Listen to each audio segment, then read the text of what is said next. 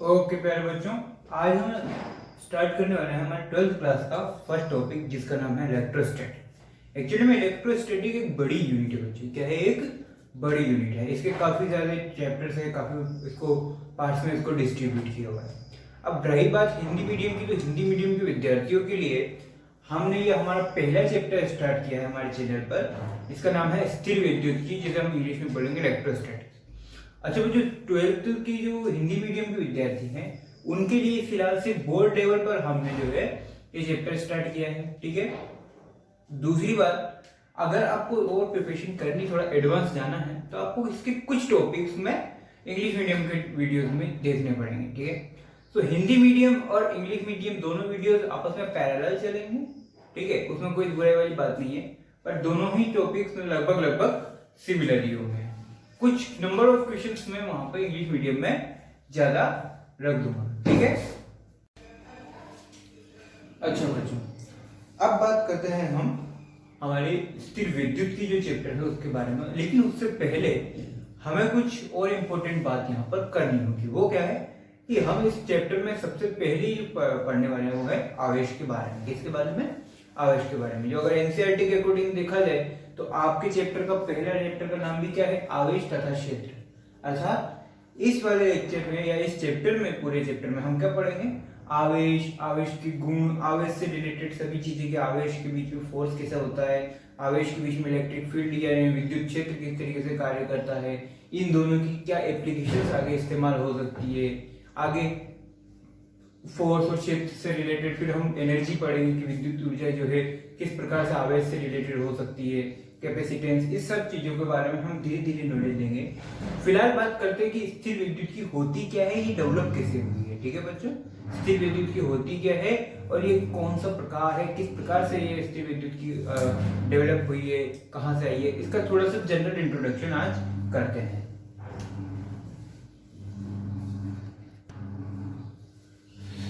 Okay बच्चों, अब सबसे पहला जो टॉपिक तो है हमारा स्थिर विद्युत की। एक पूरी एक बड़ी यूनिट है स्थिर विद्युत की। स्थिर विद्युत की क्या है? एक पूरी एक बड़ी यूनिट है। इसके अंदर हमें काफी जो है चैप्टर्स को पढ़ना है। स्थिर विद्युत की को बच्चों इंग्लिश में बोलते हैं इलेक्ट्रोस्टैटिक। क्या बोलते हैं? इलेक्ट्रोस्टैटिक। ठीक है। अब बात करते हैं थोड़ा सा, अगर बच्चों आवेश की बात करूं, इस पूरी यूनिट में हमको किसके बारे में बात करनी है? आवेश के बारे में। किसके बारे में बात करनी है? आवेश के बारे में, या चार्ज जो है, चार्ज बोल सकते हो, चार्ज के बारे में। ठीक है। अब बच्चों आवेश दो तरीके से पॉसिबल है। आवेश के साथ दो कंडीशन पॉसिबल है। क्या क्या सर? पहला तो आप चाहो तो आवेश को पकड़ लो, आवेश को पकड़े रखो, हिलने नहीं देने का, यानी कि आवेश को क्या करना है? आपको रेस्ट में रखना है, आवेश को स्थिर रखना है। क्या रखना है? आवेश को स्थिर रखना है। स्थिर मतलब क्या? उसकी जो आवेश को बिल्कुल पकड़ के रखा हुआ है, यानी कि आवेश की जो वेलोसिटी है, वेग है, चार्ज है, velocity of charge q is equal to 0, यानी कि उसमें कोई स्पीड, कोई चाल, कोई वेग नहीं होना चाहिए। आवेश क्या हुआ है? स्थिर है, आवेश रेस्ट में है, आवेश स्टेशनरी है। क्या है? रुका हुआ है। कुल मिला के क्या है? रुका हुआ है। फिलहाल आवेश क्या किया है? रुका हुआ है। रुका हुआ है इसका मतलब आवेश क्या है? स्थिर। अब जब आवेश स्थिर है तो हमें आवेश के बारे में डिटेल में पढ़ना है। आवेश को स्थिर रख के आवेश के बारे में डिटेल में पढ़ना है। उस जो डिटेल में स्टडी करोगे उसे बोलोगे आप स्थिर विद्युत की। जो डिटेल में आप स्टडी करोगे उसे क्या बोलोगे? स्थिर विद्युत की। इंग्लिश में बोले तो इलेक्ट्रोस्टैटिक। इंग्लिश में बोले तो इलेक्ट्रोस्टैटिक। ये पूरी यूनिट कब करोगे? जब आवेश आपका स्थिर है, आवेश रुका हुआ है। ठीक है बात? बहुत बढ़िया सर। अच्छा, इसमें हम क्या क्या पढ़ने वाले हैं? इसमें हम फोर्स पढ़ेंगे, electrostatic force, electric field, capacitance, ये सारी चीजें जो हमें कहाँ पढ़नी है? स्थिर विद्युत के अंदर पढ़नी है। कहाँ पढ़नी है बच्चों? स्थिर विद्युत के अंदर। सपोज अब मैं क्या करता हूँ? आवेश को दौड़ा दो। क्या कर दो? आवेश को दौड़ा दो। आवेश दौड़ गया, यानी कि आवेश क्या है? गतिमान है। आवेश क्या है बच्चों? गतिमान। क्या है भाई? आवेश गतिमान है। सॉरी, आवेश अगर गति कर रहा है तो क्या उसकी चाल वेग जीरो होगा? नहीं सर, उसकी चाल वेग बिल्कुल भी जीरो, चाल ले लो, वेग ले लो, स्पीड ले लो, वेलोसिटी ले लो, कुछ भी बोलो, बट वो is not equal to zero. उसकी चाल, उसका वेग जो है जीरो के बराबर नहीं होगा, या तो जीरो से कुछ ज्यादा होगा या कम होगा, बट जीरो तो नहीं होगा। कुल मिला के कहीं ना कहीं वो आवेश क्या कर रहा है? गति कर रहा है। क्या कर रहा है? आवेश गति कर रहा है। इसे बोलते हैं विद्युत गतिकी। क्या बोलते हैं? फिर ये तो नया नाम है, बिल्कुल नया नाम है, विद्युत गतिकी, या अगर इंग्लिश में बोलो तो इलेक्ट्रोडायनेमिक्स। क्या बोलते हैं? इलेक्ट्रोडायनेमिक्स। क्लियर है यहाँ तक? अगर आवेश स्थिर है यानी कि उसकी चाल और वेग जीरो है, और बात करते हैं हम स्थिर विद्युत की, इलेक्ट्रोस्टैटिक की, अगर अपोजिटली चार्ज गतिमान है यानी कि उसकी वेग जो है वो जीरो के इक्वल नहीं है, या कुछ है 2, 5, 10 मीटर पर सेकंड, जो भी आप मानो वो है, तो उसको, उसके अंदर जो स्टडी करेंगे हम, वो क्या करेंगे? विद्युत गति। उसको क्या बोला मैंने? विद्युत गति की, या बोल देते इलेक्ट्रोडायनेमिक्स, और इसे क्या बोलेंगे? इलेक्ट्रोस्टैटिक। लिख देता हूं वापस से, इलेक्ट्रोस्टैटिक, इलेक्ट्रोस्टैटिक। ठीक है। अच्छा बच्चों, हिंदी में तो पढ़ ही रहे हैं, साथ ही साथ हमें इंग्लिश के वर्ड्स को भी थोड़ा सा ध्यान में रखना है, आगे चल के काफी जो है काम आने वाले हैं। ठीक है, कोई बात नहीं। स्थिर विद्युत की और विद्युत गति की, यानी कि आवेश को मैं दो तरीके से स्टडी कर सकता हूँ। कैसे? या तो आवेश को पकड़ के रख लिया, बोले तो आवेश को स्थिर रख के किया, तो जो स्टडी करी वो स्थिर विद्युत की। अब आवेश को दौड़ा दिया, लात की दी, भगा दिया, आवेश को भगाया, तो जो उसकी वेग है वो जीरो के तुल्य नहीं है, या जीरो के इक्वल टू नहीं है, कुछ वैल्यू है बट जीरो नहीं है। इसका मतलब आवेश क्या है? गतिमान है। अगर आवेश गतिमान है तो जो स्टडी करने वाला हूं वो क्या होगी? विद्युत गति की। क्या होगी वो? विद्युत गति की, जिसे इंग्लिश में बोलते हैं इलेक्ट्रोडायनेमिक्स। इसके अंदर भी हम काफी पोर्शन पढ़ने वाले, जैसे ऐसी करंट यानी प्रत्यावर्ती धारा हो गया, ठीक है, जिसे विद्युत धारा भी बोल दिया हमने, ईएमआई हो गया, इलेक्ट्रोमैग्नेटिक इंडक्शन बोले तो विद्युत चुंबकीय प्रेरण, ठीक है, और भी जो इलेक्ट्रोमैग्नेटिज्म हो गया, विद्युत चुंबकत्व हो गया, ये सारी चीजें हम कहां पढ़ने वाले हैं? आवेश के सॉरी इलेक्ट्रोडायनेमिक्स के अंदर। कहां पढ़ने वाले हैं बच्चों? इलेक्ट्रोडायनेमिक्स के अंदर। अब देखो, कहीं ना कहीं क्या आपको ऐसा लग रहा है कि 12th का हाफ से ज्यादा पोर्शन किससे रिलेटेड है? इस वाले पोर्शन से, यानी कि चार्ज से रिलेटेड है। किससे रिलेटेड है? चार्ज से रिलेटेड। पूरा जो है लगभग 50% चैप्टर तो मान टॉप सिलेबस तो आप 12th का मान के चलो कि ये किससे रिलेटेड है। एक बहुत ही बेहतरीन और बहुत ही इंपॉर्टेंट यूनिट है ये आपकी, ठीक है। तो हमें इसको थोड़ा सा डीप में और थोड़ा सा अच्छे से पढ़ना है, ठीक है बच्चों। बात करते हैं अब आप अपने मेन टॉपिक पर आ जाते हैं, जिसका नाम है स्थिर विद्युत की। क्या नाम है? स्थिर विद्युत की सॉरी। और चैप्टर का नाम है आपका chapter number 1, charge and field, या हिंदी में बोलूं तो आवेश तथा क्षेत्र, ठीक है बच्चा। अब आप ऐसा करो कि एक बार ये फ्लो चार्ट बना लो कि आवेश स्थिर है तो मुझे क्या स्टडी करना है, आवेश गतिमान है तो मुझे क्या स्टडी करना है। ये पूरा 12th का हाफ पोर्शन है जो हमें स्टडी करना है। अच्छा, हाफ पोर्शन के बाद क्या होगा सर? उसके बाद आपको ऑप्टिक्स आ जाती है, मॉडर्न फिजिक्स आ जाती है, कम्युनिकेशन सिस्टम आ जाता है, उनमें मिला के वो 3-4 यूनिट मिला के आपका हाफ पोर्शन हो जाता है। ये एक यूनिट बना के 50% कम होता है, ठीक है। इसको कॉपी करो, इस चार्ट को बना लो एक बार, ठीक है, कि क्या पढ़ना है, इलेक्ट्रोस्टैटिक्स क्या होती है, इलेक्ट्रोडायनेमिक्स क्या होती है, आवेश गतिमान होगा, आवेश स्थिर होगा, ये सारी चीज एक बार नोट डाउन कर लो वीडियो पॉज करके।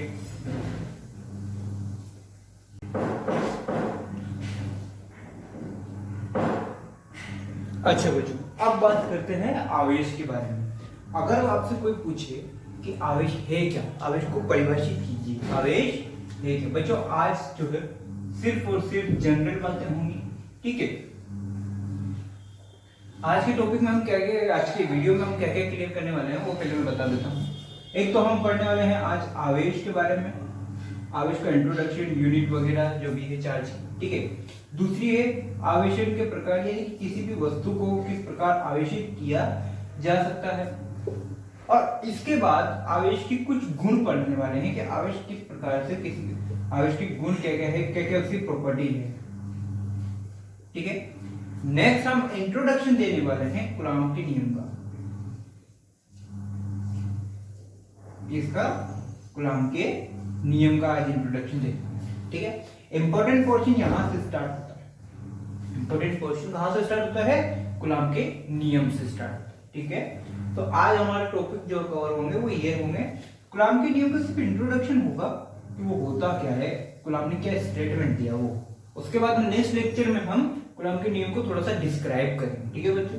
अब फिलहाल बात करते हैं आवेश की। अगर आपसे कोई पूछे कि आवेश होता क्या है, आवेश होता क्या है, या चार्ज को डिफाइन करो, क्या करो, चार्ज को डिफाइन करो, तो क्या बताओगे? अच्छा क्या बताओगे? हमने ये तो सुना है कि आवेश होता है, लेकिन आवेश होता क्या है ये नहीं पता है। आवेश सुना बहुत है, charge, positive charge, negative charge, ये वो चार्ज, ये चार्ज, न्यूट्रल चार्ज, लेकिन आवेश होता क्या है, क्या इसकी परिभाषा है, वो हमें नहीं पता। पहली बात करते हैं बच्चों, आवेश क्या है? किसी भी वस्तु का या किसी भी द्रव्यमान का वो गुण है जो उसमें चुंबकीय या विद्युत प्रभाव को प्रदर्शित करता है। सोचो, सुनना बात को। अगर अब यहाँ पर एक धातु की छड़ है, क्या है? एक धातु की छड़। धातु इसलिए लिया क्योंकि आप जनरली समझते हो कि धातु पर आप जो है चार्ज को प्रवाह करा सकते हो, आवेश का प्रवाह करवा सकते हो, इसलिए मैंने धातु को लिया है एग्जांपल, धातु की छड़।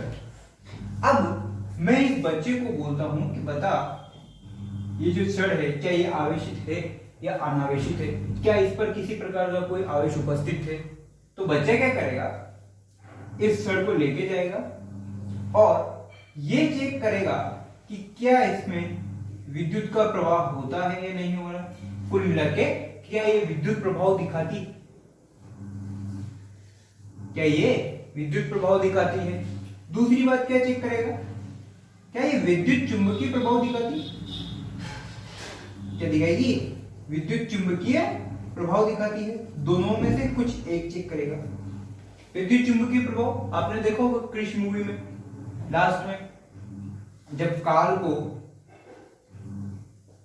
को एक बड़ी सी मैग्नेट पर चिपकाया जाता है कृष्ण के द्वारा, याद है? चलो फिर कोई बात नहीं, ठीक है, को छोड़ो। बड़ी बड़ी इलेक्ट्रोमैग्नेटिक जो प्लेन वगैरह में लगी हुई होती है, वो भी किसका एक एग्जांपल है, विद्युत चुंबकीय का, ठीक है। फिर छोड़ो, अब ये बच्चे क्या करेगा, ये तो ये चेक करेगा विद्युत प्रभाव दिखाएगी या विद्युत चुंबकीय प्रभाव दिखाएगी, या कभी कभी दोनों भी शो कर रही होगी। अगर ये दोनों प्रभाव शो कर रही है तो ये बच्चा क्या बोलेगा, सर इस पर आवेश उपस्थित हो सकता है। अब है या नहीं है वो बात की बात है क्या, लेकिन इसमें आवेश का प्रभाव हो सकता है, बिल्कुल हो सकता है। क्या इस पर आवेश उपस्थित हो सकता है? बिल्कुल हो सकता है। पॉजिटिव है, नेगेटिव है, वो बाद में चेक किया जाएगा, बट फिलहाल तो बात कर रही है कि आवेश है या नहीं है। आवेश है या नहीं, तो क्या बोलेगा, बिल्कुल है। कैसे पता चला कि सर ये जो धातु है ये क्या दिखा रही है, विद्युत प्रभाव भी दिखाती है, विद्युत चुंबकीय प्रभाव भी दिखाती है, ये दोनों में से कोई एक भी दिखाती है। अर्थात अगर आवेश क्या है, आवेश किसी वस्तु का वह गुण है जो वस्तु में या वस्तु की जगह और मैं वर्ड यूज कर सकता हूं, किसी भी धातु या और भी मैटर जो है इसमें विद्युत अथवा विद्युत चुंबकीय प्रभाव अथवा विद्युत चुंबकीय प्रभाव प्रदर्शित करती है। क्या करती है? विद्युत चुंबकीय प्रभाव प्रदर्शित करती है। यानी कि आवेश किसी वस्तु का वह गुण है जो उस वस्तु में विद्युत अथवा विद्युत चुंबकीय प्रभाव को प्रदर्शित करती है। यानी कि उन दोनों इलेक्ट्रिक इफेक्ट या मैग्नेटिक इफेक्ट के लिए जिम्मेदार होती है। आई बात समझ में? तो आवेश की परिभाषा क्या है ये। दूसरी बात, एक और बात करते हैं। अच्छा बच्चों, आवेश क्या है? एक इंट्रिंसिक प्रॉपर्टी है। क्या है? एक इंट्रिंसिक प्रॉपर्टी। अरे ये क्या बात हो गई सर, ये नया वर्ड कहां से लाए? इंट्रिंसिक प्रॉपर्टी का मतलब बिल्कुल एक शुद्ध गुण है। कैसे? जैसे मास है, द्रव्यमान की बात करता हूं। अब द्रव्यमान की परिभाषा देने को बोलूं तो क्या बोलोगे? सर ये क्या बात होगी, मजाक है क्या? द्रव्यमान है किसी भी वस्तु का, इसकी कोई परिभाषा थोड़ी है। द्रव्यमान क्या है? किसी भी वस्तु का m है, द्रव्यमान है, बस बोल दिया उसको कि द्रव्यमान है।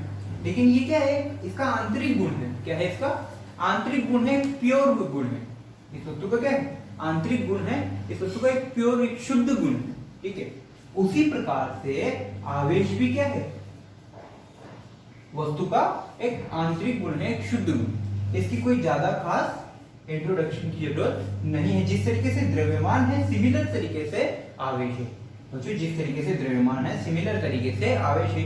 इन दोनों में काफी सिमिलरिटीज भी पड़ेगी और काफी इन दोनों में डिफरेंस भी हम पढ़ने वाले हैं। ठीक है बात। तो आवेश और द्रव्यमान लगभग जिस तरीके से एक ही गुणों की प्रॉपर्टी, इन दोनों के गुण भी लगभग सेम है। जिस तरीके से द्रव्यमान है किसी वस्तु का, उसी तरीके से क्या है, आवेश भी है। ठीक है, तो आप चाहो तो ये डेफिनेशन लिख सकते हो वीडियो पोस्ट करके कि आवेश है क्या चीज, कि वह गुण है जो वस्तु में विद्युत अथवा विद्युत चुंबकीय प्रभाव को प्रदर्शित करता है।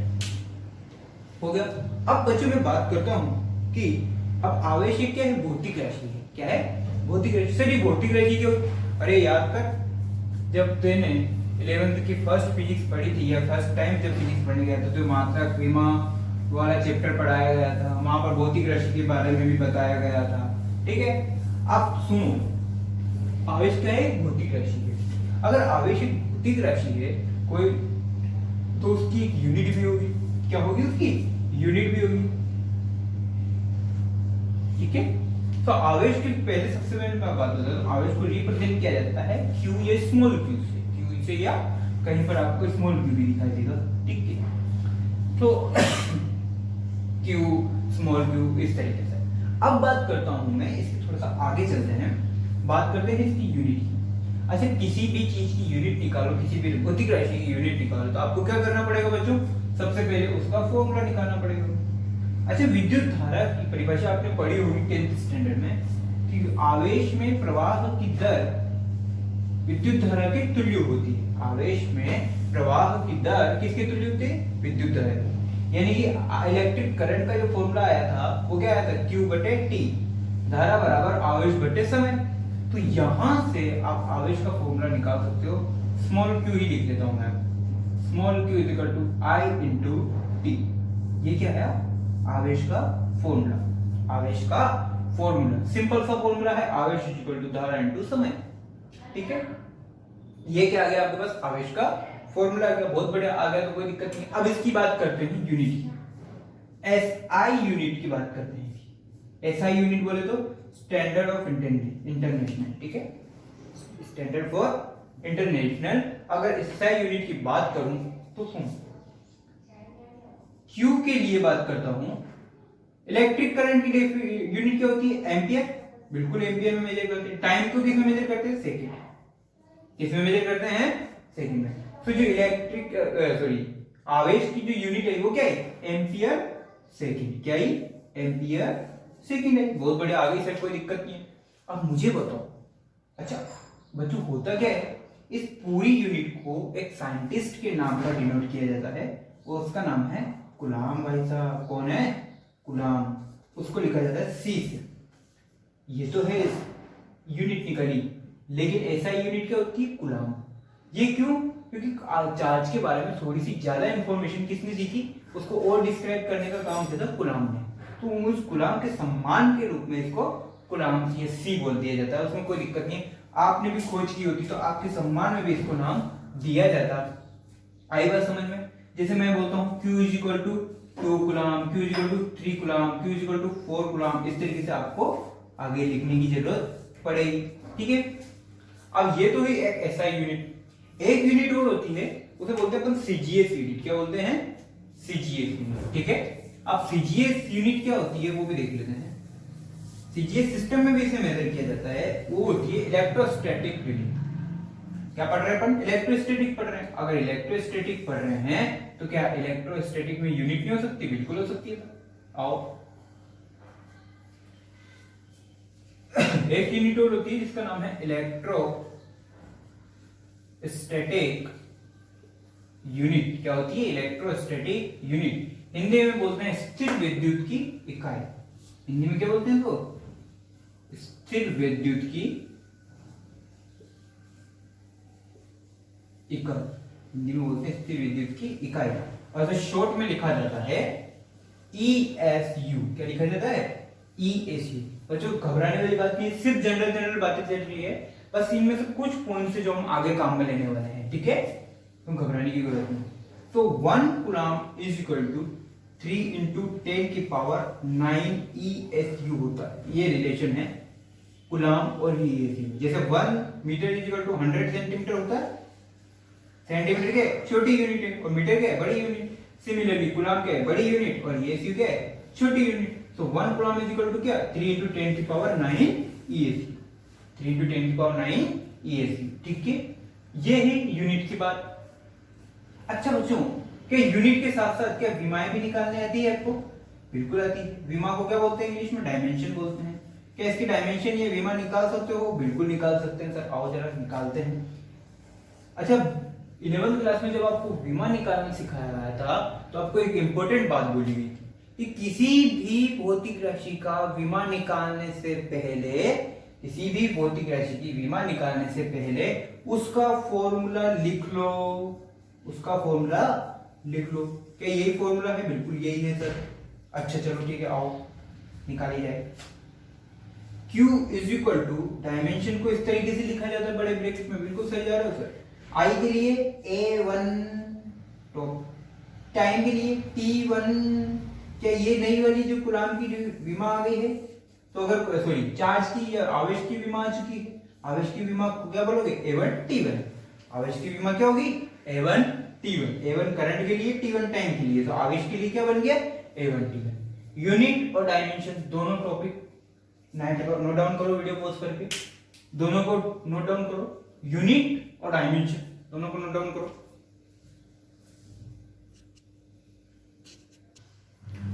अच्छा बच्चों, अब आगे चलते हैं, थोड़ा सा और बात करते हैं आवेश को। और अगर इतिहास की बात करें तो आवेश को बहुत सारे 600 साल पहले इसको खोज की गई। ग्रीक वर्ड मिला है इसको इलेक्ट्रॉन। इलेक्ट्रॉन का मीनिंग होता है एम्बर। वो काफी टाइम पहले जो ग्रीक में जो है एम्बर से किसी कपड़े को या सिल्क के कपड़े को रगड़ा गया, उससे जो है उनको पता चला कि यहाँ पे एक धनात्मक आवेश है, एक ऋणात्मक। इस तरीके की काफी ज्यादा बकवास आपको बातें मिल जाएगी। फिर पॉजिटिव नेगेटिव के बारे में मेरे साथ एक पढ़ता था जिसका नाम था बेंजामिन फ्रैंकलिन। क्या नाम था उसका? Benjamin Franklin. वो मेरे साथ स्टडी करता था, उसने भी बताया था कि सर पॉजिटिव नेगेटिव होता है, बट मैंने उस टाइम उसकी बात नहीं मानी थी। फेंक रहे हो सर, फेंक रहे हो। चलो फिर कोई बात नहीं। अब बात करते हैं बच्चों आवेश। तो अगर आपने देखा जाए कि आपने आवेश के बारे में तो पढ़ लिया है कि किसी भी वस्तु पर, किसी भी ऑब्जेक्ट पर, किसी भी धातु पर, किसी भी मैटर पर कि आवेश हो आ गया, आवेश है क्या चीज, ठीक है? अब बात कर लेते हैं कि आवेश को किस प्रकार से, किसी भी वस्तु को किस प्रकार आवेशित किया जा सकता है। क्या बात करते हैं कि आवेश तो समझ ले, लेकिन ये आवेश में किसी वस्तु को दे कैसे सकता हूं या किसी वस्तु से आवेश ले कैसे सकता हूं। बात समझ में आई कि किसी वस्तु को आवेश दे कैसे सकता हूं, किसी वस्तु से आवेश ले कैसे सकता हूं, या किसी भी वस्तु को आवेशित किस प्रकार किया जा सकता है। तो इस आवेशित करने की पूरी प्रक्रिया को क्या बोला जाए? आवेशन बोला जाता है। क्या बोला जाता है? आवेशन। नया टॉपिक है आवेशन, या इंग्लिश में बोलूं तो चार्जिंग। इंग्लिश में क्या बोले? चार्जिंग। करते हो ना मोबाइल से सर, बस वो पता है हमें, वो इंपॉर्टेंट चीज है, इंस्टाग्राम फेसबुक वगैरह वगैरह, टेस्ट टेस्ट टेस्ट। खैर कोई बात नहीं। आवेशन की बात करते हैं। आवेशन का मीनिंग क्या है? चार्जिंग। यानी कि किसी भी वस्तु को किस प्रकार मैं आवेशित कर सकता हूं। तो बच्चों एक राज की बात बताऊं, आवेश किसी भी वस्तु को 3 तरीके से आप आवेशित कर सकते हो। अच्छा 3 तरीके सर, बहुत बड़े। आओ पहला बताता हूं, घर्षण। पहला क्या है? घर्षण। दूसरा चालन, और तीसरा है प्रेरण। घर्षण, चालन और प्रेरण। घर्षण, चालन और प्रेरण, ये सब तीनों चीजें होती क्या है, तीनों चीजों के बारे में अपन पढ़ने वाले हैं वन बाय वन। उससे पहले मैं आपको एक छोटी सी चीज बता देता हूं। ऐसे प्रतिकर्षण कब होगा? कोई भी दो वस्तुओं के बीच में प्रतिकर्षण कब होगा? जब वहां पर क्या हो? दो अपोजिट चार्ज हो, धनात्मक धनात्मक हो या ऋणात्मक ऋणात्मक। आकर्षण कब होगा? जब दोनों वस्तुओं पर क्या हो? विपरीत चार्ज हो, एक पर धनात्मक और एक पर ऋणात्मक। अगर छोरा छोरा मिले या छोरी छोरी मिले तो क्या होगा? प्रतिकर्षण। और छोरा छोरी मिले तो क्या होगा? आकर्षण। सर ये बात समझ में आ गई, ये बात समझ में आ गई। ये इतने इजी से समझा सर, ये वाला मेथड समझाओ ना, पूरी फिजिक्स समझ लेंगे हम, बदमाश करेंगे। खैर कोई बात नहीं। अब बात करते हैं पहले टॉपिक, ये क्यों बताइए, ये आपके आगे चल के काम आएगी। फिलहाल बात कर लेते हैं घर्षण की। किसकी? घर्षण की। आ जाओ घिसो। पहला है, पहला घर्षण। अच्छा, घर्षण को बोला जाता है इंग्लिश में फ्रिक्शन। क्या बोला जाता है? फ्रिक्शन। क्या ये चीज पढ़ चुके हो? बिल्कुल पढ़ चुके हैं। कहाँ? 11th में पढ़ चुके हैं। बहुत बढ़िया। फ्रिक्शन से रिलेटेड हमने काफी सवाल भी किए थे, लेकिन यहाँ पर सवाल नहीं करने हैं। यहाँ पर सिर्फ छोटी सी बात है कि एक वस्तु को दूसरी वस्तु से रगड़ा जाए। सपोज मिलाया एक वस्तु और एक ये छड़ लेके आया। क्या लेके आया? छड़। ये कांच की छड़ मान लेता हूँ, ठीक है। ये छड़ नहीं घड़ लिखा हुआ है। अरे यार इंग्लिश में लिखते हैं, हिंदी में बोल दे। अब मान लो ये कपड़ा है सिल्क का, तेरा रेशमी रुमाल। क्या है ये? सिल्क का कपड़ा है। अब अगर इन दोनों को आपस में रगड़ा जाए तो थोड़ी देर बाद क्या होगा बच्चों कि यहां से इन दोनों में आकर्षण डेवलप हो जाएगा। क्या हो जाएगा? आकर्षण होने लग जाएगा। इन दोनों में क्या होने लग जाएगा? आकर्षण होने लग जाएगा। एक और तरीका, सपोज आपने कभी कभी एक एग्जांपल, एक क्या बोलते हैं, स्कूल में अगर आप गए हो तो पढ़ाई तो करी नहीं है, उल्टे सीधे काम किए हैं। इन उल्टे सीधे कामों में एक काम और शामिल है कि आपने बचपन में अपने स्केल को जोर से सर में रगड़ा और उसके बाद कागज की छोटी छोटी टुकड़े के ऊपर इसको टच करवा। ये टच नहीं करवाया, इसके पास लेके गए जब कागज के टुकड़े के पास, तो आपने क्या देखा थोड़ी देर बाद कि ये सभी कागज के टुकड़े क्या हुआ? ये सभी कागज के टुकड़े इस स्केल पर चिपके हुए थे। ये सभी कागज के टुकड़े इस स्केल पर चिपके हुए थे। अच्छा, ऐसा क्यों हुआ? क्योंकि जब आपने नॉर्मल स्केल रखा हुआ था तब तो कुछ नहीं हुआ। जब आपने जोर से इस पर सर पर इसको रगड़ा तो ये क्या हो गया? आवेशित हो गया। ये स्केल क्या हो गया? आवेशित हो गया। मान लो इस स्केल पर धनात्मक आवेश आया। क्या आया इस पर? धनात्मक आवेश। तो इसके अपोजिटली इन कागज पर कितना, कौन सा चार्ज आएगा? Automatically negative charge. कौन सा चार्ज आएगा? ऑटोमेटिकली नेगेटिव चार्ज आएगा। और इस पॉजिटिव और नेगेटिव छोरा और छोरी मिले तो क्या होगा? आकर्षण। इस आकर्षण के कारण ही ये जो सभी कागज के टुकड़े हैं ये इस स्केल पर चिपक गए। और एक एग्जांपल, बैलून होता है, बैलून, गुब्बारा, फुग्गा, गुब्बारा, हाँ फुग्गा बैलून भी होता है, ठीक है। अब जब बैलून को आप सर पे रगड़ो और उसके बाद उसे कागज के टुकड़ों के पास रखिए तो क्या देखते हो कि सारे कागज के टुकड़े उस बैलून से चिपक हो जाते हैं, स्टिक हो जाते हैं। क्यों? क्योंकि बच्चों क्या होता है कि जब आप बैलून को अपने सर से रगड़ोगे तो क्या होगा कि उस बैलून पर एक धनात्मक आवेश आएगा और उस पर उन कागज के टुकड़ों पर ऑटोमेटिकली ऋणात्मक आवेश आ गए, तो वो दोनों एक दूसरे पर टच हो गए। कुल मिलाकर धनात्मक ऋणात्मक की एक अलग धारणा है, ठीक है। धनात्मक का काम जब अगर आपको ऐसा लगता है कि इलेक्ट्रॉन जा रहे हैं, इलेक्ट्रॉन कम हो रहे हैं किसी वस्तु से, तो उसे धनात्मक आवेशित बोल दिया। अगर किसी वस्तु पर इलेक्ट्रॉन आ रहे हैं तो उसे ऋणात्मक आवेश बोल दिया। इस तरीके से धनात्मक और ऋणात्मक की बातें की जाती है, ठीक है। इन दोनों में आज तक कभी डिसाइड नहीं हुआ कि इनमें से किसमें धनात्मक है किसमें ऋणात्मक। ये तो कई बोलते थे कि अगर आप कांच की छड़ को रगड़ो तो इस पर ऋणात्मक आवेश आता है, कहीं बोलेंगे, कहीं जगह पर आपको धनात्मक आवेश भी बोलेंगे। फिलहाल हमें उन दोनों में नहीं जाना है, हमें बस इतना जानना है कि अगर इस पर धनात्मक है तो ऑटोमेटिकली इस पर ऋणात्मक आएगा, और इस पर अगर ऋणात्मक है तो ऑटोमेटिकली इस पर धनात्मक आएगा। कुल मिला के कहानी क्या है कि इन दोनों पर कौन सा आवेश आएगा? विपरीत आवेश आएगा। मुद्दे की बात क्या है कि इन दोनों पर हमेशा क्या आएगा? विपरीत आवेश आएगा। यहाँ पर भी क्या आएगा? विपरीत आवेश आएगा। तो घर्षण से किस प्रकार किसी वस्तु को आवेशित किया जा सकता है कि एक दूसरे को, वस्तु को एक दूसरे के ऊपर रगड़ा जाए तो उससे क्या होगा? कुछ आवेश स्थानांतरित होंगे, कुछ आवेश स्थानांतरित होंगे। इसका मतलब एक वस्तु पर दूसरे वस्तु के विपरीत आवेश आ जाएगा, ठीक है। और ये कब तक रहेगा? कुछ क्षण के लिए, परमानेंट नहीं देता, ये कुछ क्षण के लिए आवेशित होती है, उसके बाद वापस से नॉर्मल हो जाती है, ठीक है। आपने देखा स्केल को रगड़ा, थोड़ी देर कागज की चिपके, उसके बाद अगर नॉर्मल आप जब घर पे आए तो वापस रखोगे उस स्केल को तो क्या कागज चिपकेंगे? नहीं चिपकेंगे। क्यों? क्योंकि थोड़ी सी पर्टिकुलर टाइम के लिए यहाँ पर ये स्केल जो है वो आवेशित हो, ठीक है। बच्चों घर्षण में एक काम हुआ कि कौन सा आवेश उत्पन्न होता है घर्षण से? विपरीत आवेश। कौन सा आवेश उत्पन्न होता है? हमेशा विपरीत आवेश उत्पन्न होता है। कौन सा आवेश उत्पन्न होगा? विपरीत आवेश। विपरीत आवेशन होता है, अर्थात यह विपरीत आवेश उत्पन्न होता है। अर्थात अगर एक पर पॉजिटिव है तो उसके अपोजिट दूसरे पर नेगेटिव, एक पर नेगेटिव है तो उसके अपोजिट दूसरे पे पॉजिटिव होगा। ठीक है, तो घर्षण में इतनी सी बात, अगर एक वस्तु को दूसरी वस्तु से आपस में रगड़ा जाए तो उन दोनों में आवेश का स्थानांतरण पॉसिबल है। कौन सा आवेश? विपरीत आवेश। ठीक है, अगर एक पर पॉजिटिव तो दूसरी वस्तु पर ऑटोमेटिकली कौन सा आवेश आ जाएगा?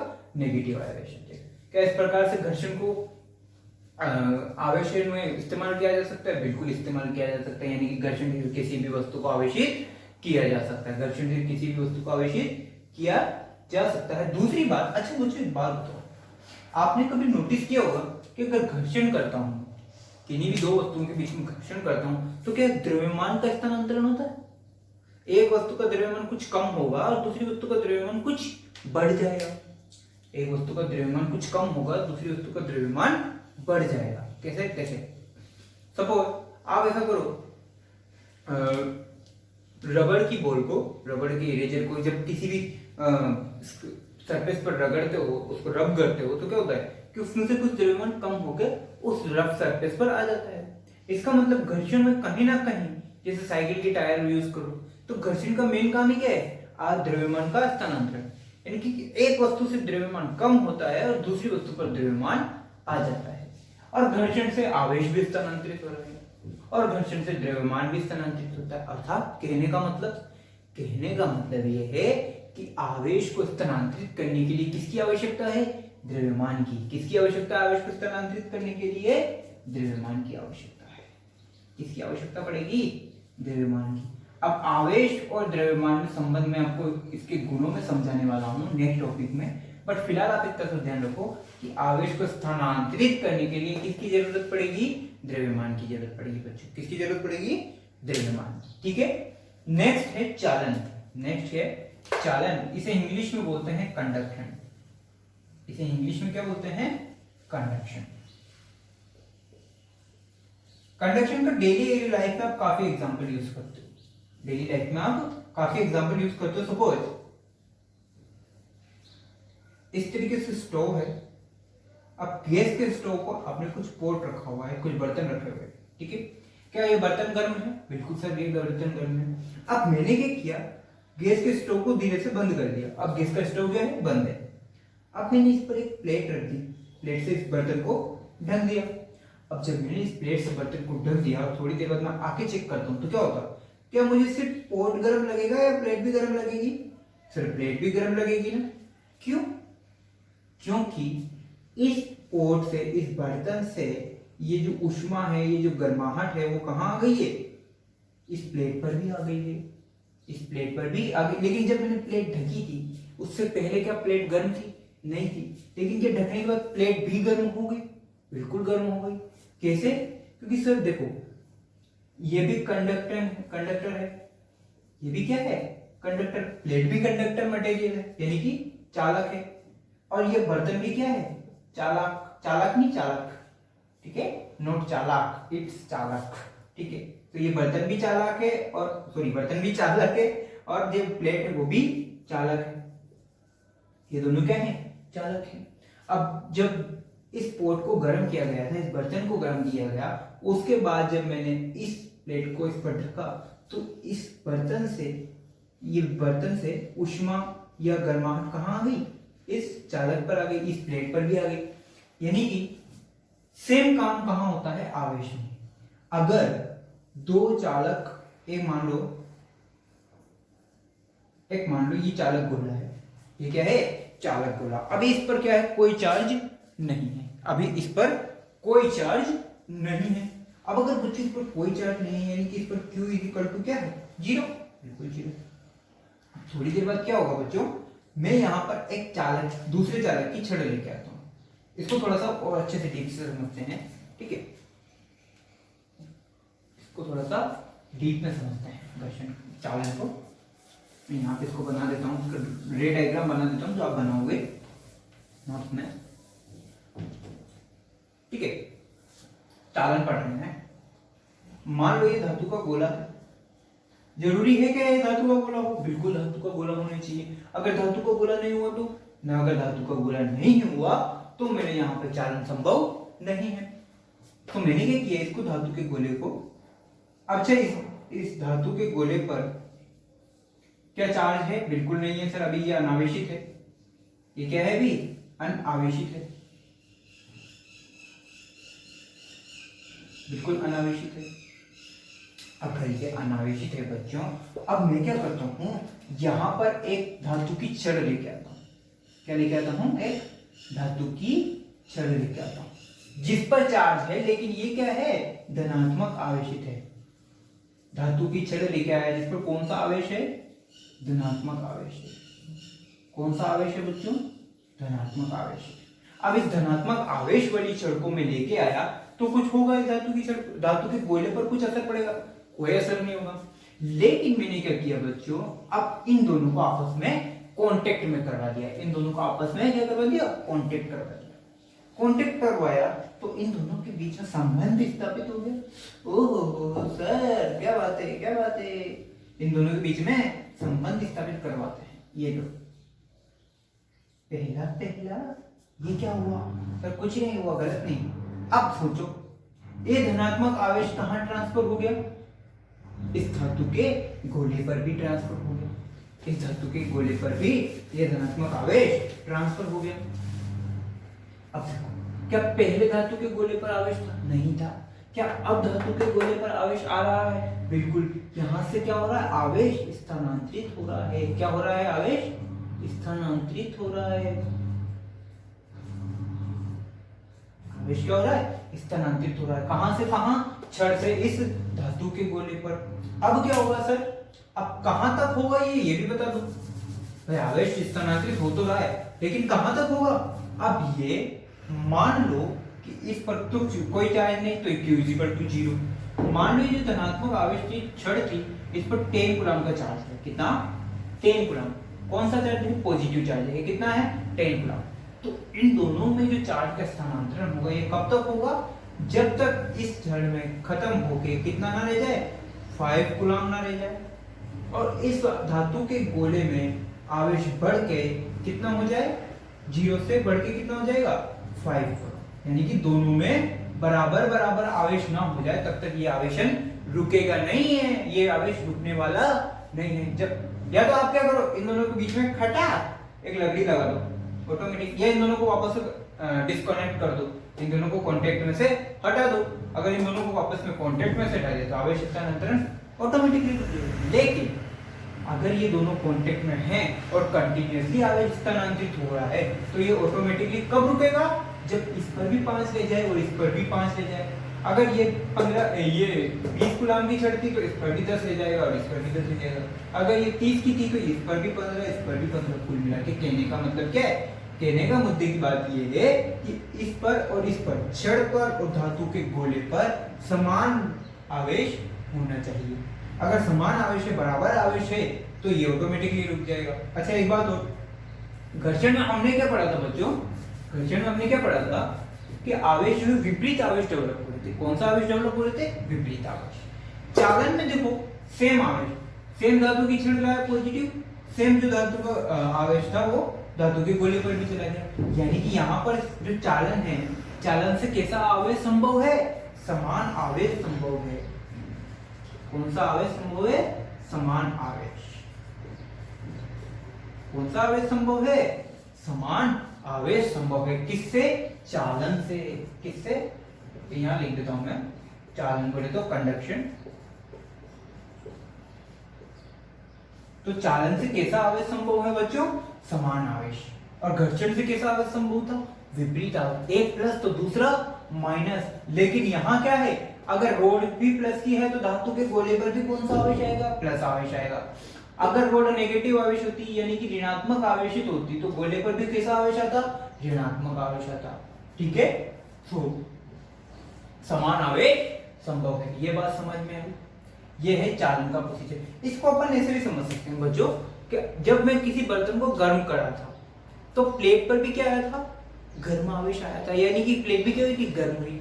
सपोज ये में बिल्कुल चिल्ड बर्फ वाली जो बर्तन है, बिल्कुल बर्फ रखा हुआ उस बर्तन में, बिल्कुल मतलब -10 डिग्री सेल्सियस की है। अब उस पर प्लेट जाके ढकूंगा तो उस पर भी किस प्लेट पर जब थोड़ी देर बाद चेक करूंगा मैं प्लेट को, या जो उस प्लेट को उठाऊंगा तो उस प्लेट पर भी क्या लगेगा, मुझे ठंडा लगेगा। क्यों? क्योंकि जो बर्तन था वो भी कैसा था, ठंडा था। जब बर्तन गर्म था तो प्लेट भी कैसी होगी, गर्म हो गई। जब प्लेट बर्तन ठंडा था तो प्लेट भी कैसी होगी, ठंडी होगी। सेम काम यहाँ है। जब छड़ धनात्मक आवेश थी तो गोला भी धनात्मक आवेशित हो गया। अगर छड़ ऋणात्मक आवेशित होती तो गोला भी क्या होता, ऋणात्मक आवेशित। तो चालन में सेम, ठीक है। आपने थर्मोडायनेमिक्स पढ़ी होगी तो वहां पर चालन में भी क्या था, सेम केस था, याद है आपको? ठीक है। अब नेक्स्ट पढ़ते हैं प्रेरण। ये कॉपी कर लो आप वीडियो पॉज करके।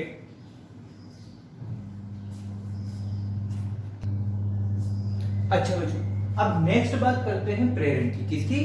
प्रेरण। बच्चों प्रेरण को इंग्लिश में बोला जाता है इंडक्शन। क्या बोला जाता है? इंडक्शन। इंडक्शन कुकर वगैरह आप यूज करते हो ना, वही इंडक्शन, वो इसी पे बेस काम करता है। फिर कोई बात नहीं। प्रेरण को इंग्लिश में क्या बोला जाता है? इंडक्शन। मुद्दे की बात ये है। अब बात करते हैं अब प्रेरण कैसे संभव है। अच्छा तो जो प्रेरण पढ़ा हूं उससे पहले आपको एक बात समझा देता हूं मैं कि अगर किसी भी सिमेट्रिकल सरफेस पर, सिमेट्रिकल मतलब सममित जो सरफेस है, अर्थात जैसे ये गोला हुआ, ये इस तरीके से कुछ रोड हुई, ये सब क्या सिमेट्रिक है, सममित है। अगर इसको यहाँ से काट दो तो ये ऊपर वाला हिस्सा और नीचे वाला हिस्सा मुझे एक जैसा दिखेगा। इसको बीच में से कट कर दो तो ये वाला हिस्सा ये वाला हिस्सा भी मुझे सेम दिखेगा, ठीक है। इसी तरीके से कोई शीट ले लो, मैं प्लेन शीट ले लूं मेटल की, चद्दर वगैरह, है ना, तो इसको यहाँ से कट करूं चाहे यहाँ से कट करूं, मुझे ये सेम दिखेगा। तो इन सभी जो शेप होती है इनको बोलते हैं सममित आकृतियां। क्या बोलते हैं? सममित आकृति या सिमेट्रिक शेप, ठीक है। अब ये मैंने क्यों बताया आपको, इसको बताने का रीजन ये है बच्चों कि जो जितनी भी सममित शेप होती है, ये सममित आकृतियां होती है, इन पर चार्ज पूरी सरफेस पर बराबर रूप से वितरित होता है। एक बात ध्यान रखना, पूरी सरफेस पर बराबर रूप से वितरित होता है। जैसे मान लो ये शीट लेके आया मैं, इस पर भी अगर आवेशित कर दिया तो इस पर बिल्कुल बराबर तरीके से हर एक बिंदु पर जो है आवेश समान पाया जाएगा, ठीक है। ये देखो, ये रोड लेके आया, इस रोड पर भी हर एक बिंदु पर जो आवेश आएगा वो बिल्कुल समान रूप से वितरित होगा। ऐसा नहीं कि यहाँ ये बिल्कुल ऐसा ज्यादा हो गया और यहाँ इतना कम है, ऐसा नहीं होगा। बिल्कुल समान रूप से हर जगह समान रूप से वितरित पाया जाएगा। आई बात समझ में? बिल्कुल हर पूरी सरफेस पर बराबर चार्ज आपको देखने को मिलेगा। कोई भी आप सरफेस ले लो, सिमेट्रिक शेप जो है कोई भी ले, इसका मतलब उसकी अगर देखें तो उसका जो आवेश का जो घनत्व है वो पूरी सरफेस पर क्या होगा, समान होगा। आवेश जो घनत्व है पूरी सरफेस पर क्या होगा, समान होगा। ये चीज मैं आपको कहां पढ़ाऊंगा, इसी चैप्टर का सबसे लास्ट में आप पढ़ाएंगे गाउस के नियम, वहां पर मैं इसको आपको डिटेल में समझा दूंगा, ठीक है। फिलहाल बात कर लेते हैं आवेश घनत्व। ये चीज यहाँ क्यों बताया, वो मैंने बताया प्रेरण के लिए। किसके लिए? प्रेरण के लिए, वो यहाँ पर काम आने वाला है। मान लो बच्चों एक गोला लेके आया मुझसे, पहले की तरह ही काम करना है जैसे चालन में किया था। अब मैं वापस से क्या किया बच्चों, यहाँ पे एक गोला लेके आया, ठीक है, जो भी है। अब मैंने क्या किया बच्चों, एक छड़ लेके आया जिस पर आवेश है, जिस पर क्या है, आवेश है। ये गोला धातु का है लेकिन इसका जो ये स्टैंड है बच्चों ये लकड़ी का है। ये गोला तो क्या है, धातु का गोला है, बट ये जो स्टैंड है ये कुचालक है। कुचालक का सबसे बढ़िया एग्जांपल आप क्या इस्तेमाल करते हो, लकड़ी, कुचालक स्टैंड। और कुचालक स्टैंड का सबसे बढ़िया एग्जांपल आप क्या इस्तेमाल करते हो, लकड़ी। तो लकड़ी के स्टैंड पर मैंने धातु का गोला रखा हुआ है। क्यों रखा हुआ, सबका रीजन मैं भी बताता हूं। मान लो फिलहाल इस पर क्या है, positive positive positive positive positive positive positive positive धनात्मक आवेशित छड़ लाया। कौन सी लाया, धनात्मक आवेशित छड़ लाया। अच्छा बच्चों, अगर ये धनात्मक आवेशित है तो इस धातु के गोले पर कुछ आवेश होगा। अच्छा, धातु के गोले पर मैंने ये नहीं बोला कि ये पॉजिटिवली चार्ज है या नेगेटिवली चार्ज है, ऐसा भी मैंने नहीं बोला। इसका मतलब पॉजिटिव चार्ज और नेगेटिव चार्ज इसमें बराबर है। अगर 10 पॉजिटिव है तो 10 ही नेगेटिव है। अगर नो पॉजिटिव है तो इसमें भी नो ही नेगेटिव है। सिमिलरली इस पर कुल मिला के कहने का मतलब क्या है कि दोनों चार्ज बराबर मात्रा में उपलब्ध है। अब लेकिन मैंने यहाँ पहले इस वाली सरफेस की, इस वाली साइड की बात कर रहा हूं मैं बच्चों, इस वाली साइड की। ये छड़ किस साइड में, इस ब्लैक वाली साइड पर। अब इस ब्लैक वाली साइड पर क्या होगा, ये जो छड़ है ये धनात्मक आवेश है, तो ये अपनी तरफ कौन से आवेश को आकर्षित करेगी, प्लस को या माइनस को। सर छोरा छोरी को आकर्षित करेगा, किसको, छोरी को। यानी कि इस तरफ क्या, कौन सा आवेश आएगा, नेगेटिव आवेश आएगा। कौन सा आवेश आएगा, नेगेटिव। तो इस गोले की, इस धातु के गोले की इस साइड पर कौन सा आवेश आ जाएगा, नेगेटिव आवेश आ जाएगा, ऋणात्मक आवेश आ जाएगा। और इस तरफ अच्छा छोरा छोरी को क्या करेगा, धक्का देगा। क्या देगा, धक्का देगा। और धक्का देगा तो ये जो धनात्मक आवेश है किस तरफ चला जाएगा, दूसरी तरफ चला जाएगा। पहले क्या था, नॉर्मल था गोला, इस पर कोई आवेश मुझे दिखाई नहीं दे रहा था, लेकिन जैसे ही मैं धनात्मक आवेश को लाया तो ये जो, ये क्या है कि दोनों ये अलग हो गए, ये दोनों अलग हो गए। जो धनात्मक आवेशित जो छड़ जिस तरफ थी, ये धनात्मक आवेशित छड़ इस गोले के जिस तरफ थी उस तरफ तो कौन सा चार्ज आ गया, नेगेटिव चार्ज आ गया। और जो दूसरी तरफ कौन सा चार्ज हो गया, ऑटोमेटिकली पॉजिटिव चार्ज आ गया। आई बात समझ में, बिल्कुल आई। अब मान लो, कहने का मतलब क्या है कि इन दोनों का पेचक था पहले। क्या था, इन दोनों का पेचक था, पता ही नहीं चल रहा था, बड़ा प्रेम था इन दोनों में। अब विलेन की एंट्री हुई। अब अगर विलेन की एंट्री की तो विलेन ने क्या किया, हीरोइन को उठा लिया, हीरोइन को उठा लिया और हीरो को साइड में जाके फेंक दिया, हीरो को साइड में जाके फेंक दिया। आई बात समझ में, ये शक्ति कपूर है। ये कौन है, ये शक्ति कपूर। सर बहुत सही, आप समझ में आ गया, आप समझ में आ गया। फिर नेक्स्ट प्रोसीजर क्या होगा, अब बच्चों क्या होगा, मुझे इस वाले धातु के गोले को एक पर्टिकुलर आवेश से आवेशित करना है। कुल मिला के कहने का मतलब क्या है कि मुझे इस धातु के गोले पर नेगेटिव आवेश लाना है। कौन सा आवेश लाना है, नेगेटिव आवेश। सर नेगेटिव आवेश किस तरह, अब सर नेगेटिव तो आ गया, नेगेटिव तो इस तरफ तो आ गया, इस तरफ भी अगर नेगेटिव आ जाए तो बात बन जाए। अब इस तरफ नेगेटिव लाने के लिए सबसे पहले मुझे इस पॉजिटिव चार्ज को भगाना पड़ेगा। भगाओ, इस पॉजिटिव चार्ज को भगा देते हैं। अच्छा इस तरफ जैसे इस छड़ को हटाओ या नहीं हटाओ, नहीं हटाना। क्यों, क्योंकि इस छड़ ने इस नेगेटिव चार्ज को पकड़ रखा है, इस नेगेटिव चार्ज को पकड़ रखा है। अगर शक्ति कपूर भाग गया तो छुरी भाग जाएगी भाई साहब। आई बात समझ में। सर अब आ गई भाई, अब चलो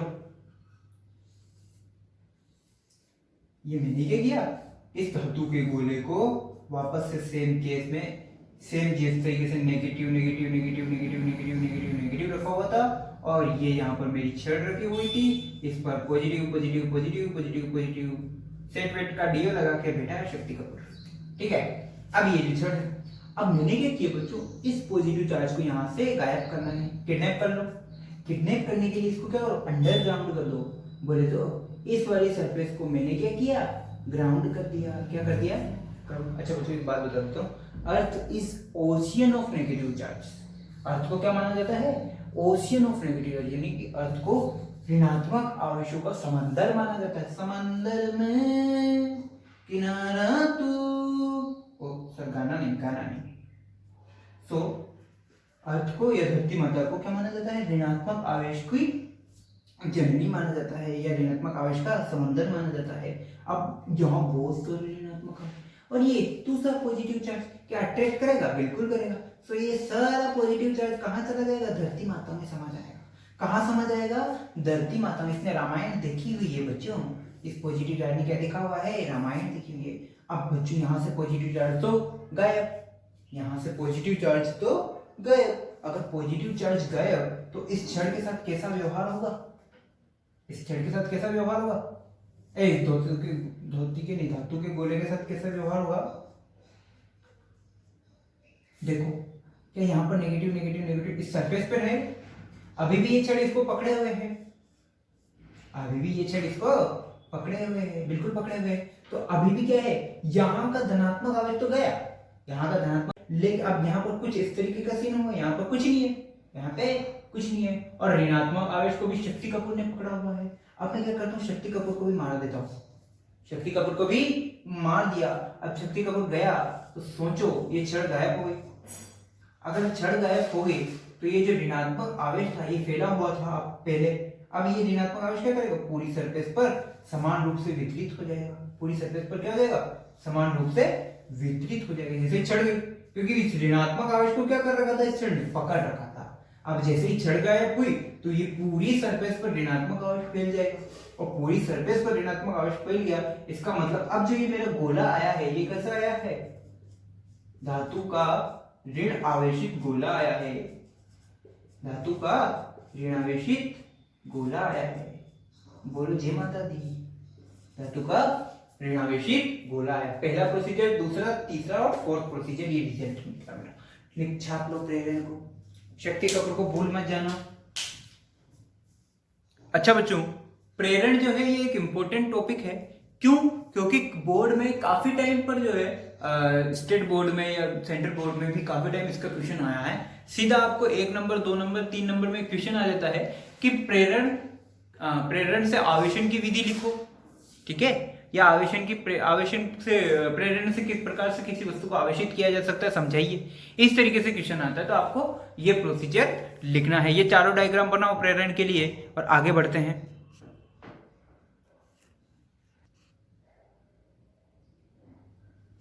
अब बच्चों नेक्स्ट बात करते हैं अपन। बच्चों नेक्स्ट सुन रहे हो तुम? सो तो नहीं गए? सर सोए नहीं, सोना नहीं। अच्छा चलो ठीक। नेक्स्ट बात करते हैं आवेश के गुणों की। किसकी? आवेश के कुछ गुण भी होंगे, क्वालिटीज होगी। आप में नहीं है? नहीं सर, हमें बहुत क्वालिटीज है। आवेश के गुण, ठीक है, हमें इतनी क्वालिटी है, केरी मीनाती को पॉपुलर कर दिया और नाम गंदी बात नहीं। अब बात करते हैं आवेश के गुणों की। किसकी बात करते हैं? आवेश के गुणों की।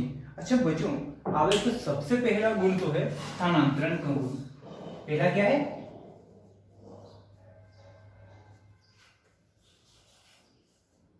स्थानांतरण का। अर्थात कहने का मतलब ये है कि किसी भी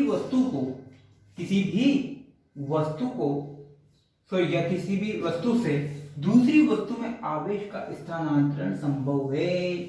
अभी आपने चालन पढ़ा, आपने प्रेरण पढ़ा, आपने चालन और प्रेरण दोनों में। घर्षण में तो क्या है, आपने आवेश उत्पन्न किया था। आवेश उत्पन्न का मतलब आवेश, पहले आपने ये तीनों जो प्रोसीजर पढ़े, मान लेते हैं उसको भी, घर्षण, चालन और प्रेरण, इन तीनों में आपने क्या किया? आवेश को स्थानांतरित ही किया है। प्रेरण में भी आप क्या किया? छड़ लेके आए और धातु के गोले पर आवेश स्थानांतरित किया। चालन में भी आपने क्या किया? एक धातु की छड़ लेके आए, दूसरे धातु का गोला था, उन दोनों को आपस में कांटेक्ट करवाया, कांटेक्ट करवाने के बाद उस पर आवेश स्थानांतरित किया। तो कुल मिलाकर आवेश को स्थानांतरित किया जा सकता है, लेकिन क्या आप अलग से आवेश बना सकते हो? क्या आप अलग से आवेश बना सकते हो? नहीं। आवेश को ना तो बनाया जा सकता है, ना ही आवेश को नष्ट किया जा सकता है।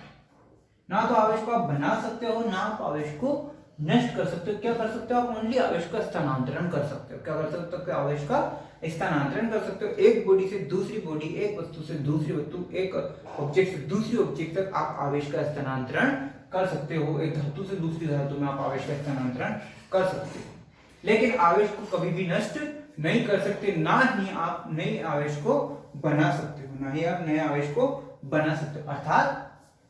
अर्थात कहने का मतलब ये है कि आवेश क्या है? संरक्षित है। आवेश क्या है?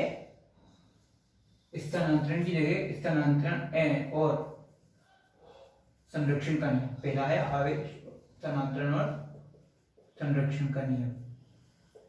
तो कुल मिलाकर आवेश क्या है? संरक्षित है। आवेश क्या है? संरक्षित है। अर्थात कहने का मतलब, सोचो, बात को सुनो, ये एक ब्लॉक है, ये एक बॉडी है, ठीक है, इस पर चार्ज है Q1 is equal to 2 coulomb, Q2 is equal to -1 coulomb, Q3 is equal to 4 coulomb, Q5 is equal to 10 coulomb, इस तरीके से -10 कूलम बोल देता हूं, ठीक है। अब मान लो ये कितने चार्ज है, कितने आवेश है इस ब्लॉक में? 5। और मैंने बहुत जोर से इस ब्लॉक को पकड़ा, शेक किया। शेक करने के बाद सपोज ये पहले इस पर देख लेते हैं नेट कुल आवेश कितना है। कुल आवेश कितना है? 2 4 6 1 7 7 -10 -3 कूलम। टोटल चार्ज कितना है इस पर? -3 कूलम, ठीक है, आपको कोई दिक्कत नहीं। अब मान लो इस पर आप बाद में कितने चार्ज रहेगा? एक 7 कूलम का हो गया और एक Q2 रह गया 10 कूलम का, है ना रे, 10 कूलम का माइनस के 10 कूलम। अब इसको शेड किया तो सारे चार्ज आपस में मिले और आपस में मिलने के बाद सिर्फ दो ही चार्ज रहेंगे। कितने चार्ज रहेंगे? दो चार्ज, एक रह गया 7 कूलम का और एक रह गया -10 कूलम का। लेकिन अब पूरा वापस से नेट चार्ज निकालो, नेट आवेश निकालो, कितना है? -3 कूलम। नेट आवेश वापस कितना है? 7 - 10 -3 कूलम, और यहाँ पर भी नेट आवेश कितना था? -10 कूलम। कुल मिला के जो पूरी एक निकाय है, सिस्टम है, पूरी एक निकाय है, सिस्टम है, उस पूरी निकाय का आवेश हमेशा क्या रहता है? संरक्षित रहता है। पहले अगर 10 कूलम था पूरे सिस्टम का आवेश, तो बाद में भी कितना होगा? 10 कूलम। बीच में आप चाहे जो करो, लेकिन आवेश प्रारंभिक स्थिति से लेकर अंतिम स्थिति तक हमेशा सदैव सेम रहेगा। आवेश जो है, नेट आवेश जो है वो चेंज नहीं हो सकता है। ये देखो Q1 Q2 Q3 Q4 ये चारों आवेश मिलकर क्या बन गए? 7 कूलम, और 5 अकेला -10 कूलम करेगा। जो 5 आवेश है, वो पांचों आवेश है, वो क्या रहेगा? -10 कूलम। तो ये आपस में तो बदल गए, ये Q1 के बदल गया, Q2 बदल गया, Q3 बदल गया, ये Q1 ये 7 कूलम बन गया। लेकिन जो सूर्य सिस्टम का नेट चार्ज था वो कितना था? -3 कूलम, और बाद में पूरे सिस्टम का आवेश क्या रहा? -3 कूलम। कहने का मतलब क्या है? आवेश को आप एक दूसरे से दूसरी जगह पे स्थानांतरित भी कर सकते हो, और साथ ही साथ आवेश हमेशा संरक्षित भी रहेगा। ना तो आप आवेश को खत्म कर सकते हो, ना ही आप आवेश को खुद से बना सकते हो। आवेश हमेशा क्या रहेगा? संरक्षित रहेगा। पहला नियम ये। दूसरा नियम है, अच्छा बच्चों अगर मैं बात करूं, पहला नियम है आवेश का स्थानांतरण और संरक्षण। इसमें चाहो तो एक लाइन लिख सकते हो कि आवेश सदैव संरक्षित रहता है। आवेश को ना तो नष्ट किया जा सकता है, ना ही इसे पुनः बनाया जा सकता है, ना ही इसे पुनः बनाया जा सकता है, किंतु इसे स्थानांतरित अवश्य किया जा सकता है। इसे स्थानांतरित अवश्य किया जा सकता है। इसी से रिलेटेड एक और गुण है इसका, वो है आवेश की योज्यता। आवेश की योज्यता। योज्यता से मतलब बच्चों, योज्यता से मतलब यह है कि जो आवेश है पूरे सिस्टम का, अगर मान लो नेट चार्ज निकालूं मैं, जैसे इस वाले क्वेश्चन में किया, इस वाले क्वेश्चन में मैंने क्या किया, इस प्लेट पर कितना आवेश था? टोटल 5 आवेश थे। कितने थे? 5 आवेश थे। इसी को एग्जांपल ले रहा हूं मैं बच्चों। इस पर कितने थे? 5 आवेश। पहला था Q1 = 2 coulomb, Q2 = 1 coulomb, Q3 = 4 coulomb, Q4 = minus का 10 कूलम बोल देता हूं। अभी इतना 4 ही ले लेते हैं। 4 आवेश है इस पूरे प्लेन पर, ठीक है? कितना आवेश है? 4 आवेश। अब मैं बोलता हूं इस पूरे सिस्टम का नेट चार्ज निकालो। इस पूरे सिस्टम का नेट चार्ज यानी कि कुल आवेश निकालो। इस पूरे सिस्टम का कुल आवेश, इस पूरे सिस्टम का कुल आवेश निकालो। ये हिंदी में इंग्लिश में बोलूं तो क्यू नेट इसे लिखते हैं। नेट क्यू, क्यू के नीचे लिख देते हैं नेट। क्यू नेट निकालो तो क्या करो सर? नेट कुल निकालना है, मतलब सम करना है। Q1 Q2 Q3 Q4 सबको सम कर दो। Q1 + Q2 + Q3 + Q4, इन चारों को मैंने सम कर दिया, तो आंसर ये -10 कूलम है बच्चों। अब आंसर कितना आना चाहिए? तो सबको सम कर दो, तो 2 + 1 + 4 + 10। सुनना बात को, सबको सम करने का तो आप क्या करोगे? 2 + 1 + 4 + 10 ऐसा करोगे। लेकिन देख, ये जो 10 कूलम है ये नेगेटिव चार्ज है, तो आप क्या करना पड़ेगा? यहाँ पे भी नेगेटिव चार्ज करना पड़ेगा। यानी कि धनात्मक आवेश है तो धनात्मक आवेश, और अगर ऋणात्मक आवेश है तो ऋणात्मक आवेश लिखना पड़ेगा। ऐसा नहीं कि इस माइनस को आप प्लस बदल दो, नहीं, इस माइनस को आपको माइनस ही रखना पड़ेगा, जैसा मैंने यहाँ पे किया था। तो कुल नेट चार्ज जो है वो अब कितना आएगा? नेट आवेश, तो कुल आवेश कितना आना चाहिए इसका? 2 + 1 3 + 4 7 - 10 = कितना आना चाहिए आंसर? आंसर कितना आना चाहिए? -3 कूलम आवेश, -3 कूलम आवेश। लेकिन अगर आप दूसरे मेथड से करते, मतलब इसको भी प्लस लेते तो कितना था? अगर इसको भी प्लस लेते तो 10 + 4 14 + 1 15 + 2 17, तो आंसर कितना था 17 कूलम, जो कि गलत है, जो कि बच्चों क्या है, गलत है। इस 10 को क्या लेना है आपको, नेगेटिव ही लेना है, क्योंकि ये क्या है, एक ऋणात्मक आवेश है। अर्थात ये कि जो आवेश है किसी भी निकाय का, किसी भी सिस्टम का, किसी भी वस्तु पर को कुल आवेश है, वो कुल आवेश उस सभी के एकल आवेशों के सम के तुल्य होता है। सम के तुल्य होता है। किसके तुल्य होता है, सम के तुल्य होता है, एल्जेब्रिक सम के। एल्जेब्रिक सम का मतलब अगर जहां पे प्लस है वहां पे प्लस और जहां पे माइनस है वहां पे माइनस आएगा। ठीक है, लिखो, इसको नोट कर लो अगर लिखना चाहो तो। अगर मान लो, चलो इसको एग्जांपल के तौर पे नोट कर लो, मान लो मैं लिख देता हूँ Q1 plus Q2 plus Q3 dash dash dash Qn, यानी कि नेट आवेश क्या होगा, उन सबके एकल आवेशों के सम के तुल्य होता है, योग के तुल्य होता है। इसको और यहां लिख लेता हूं मैं,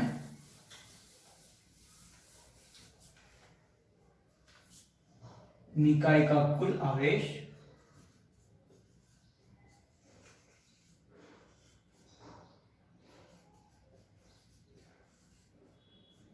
एकल आवेशों के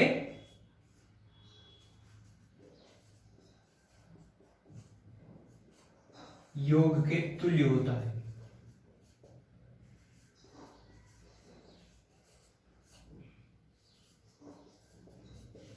ये वाला स्टेटमेंट लिख के आप ये लिख सकते, Q net is equal to Q1 plus Q2 plus Q3 dash dash dash Qn, मतलब n नंबर ऑफ चार्जेस कितने होते हैं, 2 5 10 15 20 जो भी है, उन सबका आप क्या कर दो, सम कर दो। बट सम करो, ऐड करो, प्लस करो, बट प्लस की अगर माइनस है तो वहां पे माइनस लिखना अनिवार्य है। ऐसा नहीं कि माइनस वाले को भी प्लस कर दो, ऐसा नहीं चलेगा। ठीक है, एक एग्जांपल और कर लेते हैं इसका, फिर आगे बढ़ते हैं। एक एग्जांपल और करते हैं इसका। सपोज बच्चों Q1 is equal to 3 coulomb, Q2 is equal to 4 coulomb और Q3 is equal to 6 coulomb, या -3 ले लेते हैं इसको, -3 कूलम है। अब बताओ नेट चार्ज कितना होगा, तो आप क्या करोगे, Q net is equal to Q1 plus Q2, ये माइनस सॉरी प्लस Q3 और ये माइनस का Q1 है, तो माइनस लिख दो। अब देखो -3 प्लस 4 प्लस 6 कितना हुआ, 7 ग्राम। तो जो सिस्टम पर पूरा चार्ज है वो टोटल चार्ज क्या है, प्लस का 7 ग्राम, यानी कि आप इसको क्या बोल सकते हो कि जो सिस्टम है वो पॉजिटिव चार्ज है। कौन सा सिस्टम, पॉजिटिव चार्ज है। इस पर क्या है, सिस्टम नेगेटिवली चार्ज है, या जो निकाय है वो कैसी है, निकाय ऋणावेशित है। यहाँ पे निकाय ऋणावेशित है और यहाँ पे निकाय धनावेशित है। आई बात समझ में,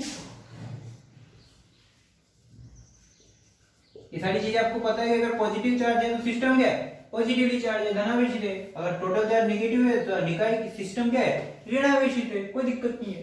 ठीक है, नेक्स्ट पढ़ेंगे अपन, नेक्स्ट गुण लिखेंगे क्वांटमीकरण। इसको उतार लो, पहले लिखो निकाय का कुल आवेश एकल आवेश के योग के तुल्य होता है, देन फॉर्मूला, फिर ये वाला एग्जांपल, देन दिस वाला एग्जांपल। वीडियो पॉज करके करो। अच्छा बच्चों, अब नेक्स्ट जो प्रॉपर्टी आती है, नेक्स्ट जो गुण आता है आवेश का, वो है, कितना हो गए थे, 2 3 हो गए थे। नेक्स्ट जो आता है वो लिख लेना अपने हिसाब से नंबर, मेरे को नंबर ध्यान दिया। नेक्स्ट जो गुण आता है वो है क्वांटमीकरण। क्या है, क्वांटमीकरण। इंग्लिश में भी क्वांटमाइजेशन बोलते हैं, इससे कोई दिक्कत वाली बात नहीं है। इंग्लिश का एक वर्ड है, हिंदी में क्वांटमीकरण बोल दिया गया है ऐसे सीधा सीधा बिना बकवास के। ठीक है, क्वांटमीकरण है। अवेंजर एंड गेम याद है कुछ, हाँ याद है आया, खैर कोई बात नहीं आया। क्वांटमीकरण का मीनिंग क्या है बच्चों, क्वांटमीकरण का मीनिंग ये है कि किसी भी निकाय पर जो आवेश जो आप दे रहे हो या आवेश किसी भी सिस्टम में ले रहे हो, वो आवेश जो है आप एक पूर्णांकी गुणज की फॉर्म में ले सकते हो। कैसे ले सकते हो, पूर्णांकी गुणज। पूर्णांकी मतलब इंटीजर फॉर्म में ले सकते हो। कैसे, जैसे मैंने बोला कि मैंने किसी वस्तु पर 2 कूलम चार्ज दिया या किसी वस्तु से 2 कूलम चार्ज लिया। ऐसा नहीं कि किसी वस्तु पर 2.5 कूलम चार्ज दे दिया, 3.5 कूलम चार्ज दे दिया, ऐसा नहीं। ये क्या हो गया, डेसिमल में हो गया। बट डेसिमल में मुझे चार्ज की बात नहीं करनी है, मुझे किस में बात करनी है, पूर्णांकी गुणज में। किस में बात करनी है बच्चों, पूर्णांकी गुणज में। पूर्णांकी गुणज का मीनिंग क्या है कि जैसे मैंने किसी से 5 कूलम चार्ज लिया, एक कंप्लीट इंटीजर, 7 कूलम चार्ज लिया, 10 कूलम चार्ज लिया, 9 कूलम चार्ज लिया, या ये तो धनावेशित की बात होगी। अगर ऋणावेशित में बात करूं तो -3 कूलम चार्ज लिया, -5 कूलम चार्ज लिया, -7 कूलम चार्ज लिया। इस तरीके से एक पूर्णांकी गुणज के फॉर्म में हम चार्ज को डिनोट करते हैं। किसको डिनोट करते हैं, चार्ज को डिनोट करते हैं एक पूर्णांकी गुणज के फॉर्म में। अर्थात इसे लिखा जा सकता है Q = NE। यहां पर n क्या है, एक पूर्णांकी गुणज है, एक पूर्णांकी गुणज है। बोले तो इंग्लिश में बोले तो इंटीजर मल्टीपल, इंग्लिश में बोले तो इंटीजर मल्टीपल। आई बात समझ में, इंग्लिश में बोले तो इंटीजर मल्टीपल और हिंदी में बोले तो पूर्णांकी गुणज। अच्छा अगर प्लस चार्ज है तो प्लस, अगर नेगेटिव चार्ज की बात करते हो तो नेगेटिव चार्ज, यानी कि अगर +2 कूलम या फिर -2 कूलम, तो प्लस की जगह प्लस लगा रहे, माइनस की जगह माइनस लगा रहे। ये फॉर्मूला था, इंग्लिश फॉर्मूला है, ठीक है। तो कुल मिला के किसी भी वस्तु को अगर मैं बोलूं, अगर मैंने कहा, सुना बात को, इस वस्तु पर मैंने -3.5 कूलम चार्ज दिया, क्या मैं आवेशित कर सकता हूं इसको? मैंने बोला इस वस्तु को मुझे कितना देना है, -3.5 कूलम चार्ज करना है। क्या कर सकता हूं? नहीं कर सकते सर। क्यों? क्योंकि आवेश तो क्या है, पूर्णांकी गुणज की फॉर्म में जाएगा। अर्थात अच्छा अगर दूसरा बच्चा बोलता है सर इस आवेश को मैं -3 कूलम से चार्ज करना चाहता हूं, कर सकता हूं?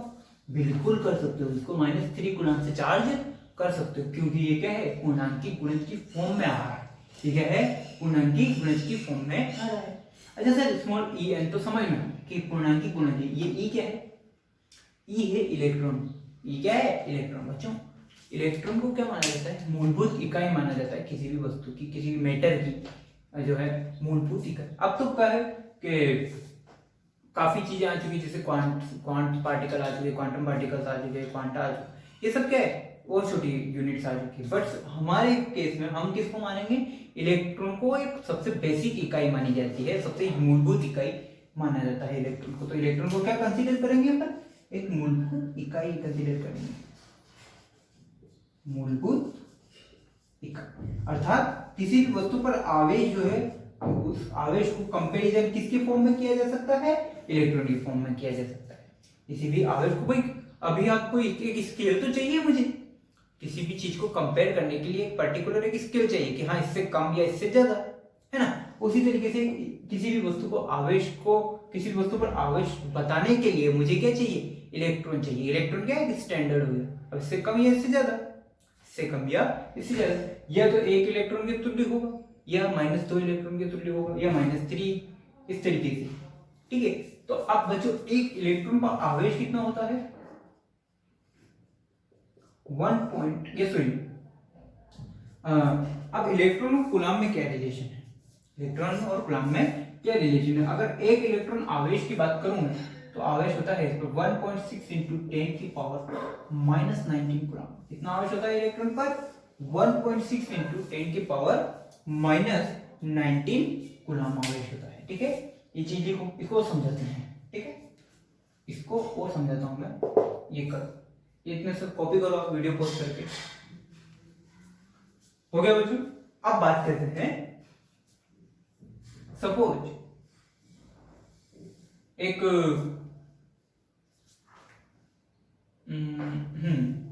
एक एग्जांपल से समझते हैं इसको। सुनना बच्चों, अगर मैं बोलूं आपसे कि एक वस्तु है, इस वस्तु को मुझे चार्ज करना है कितना? Q =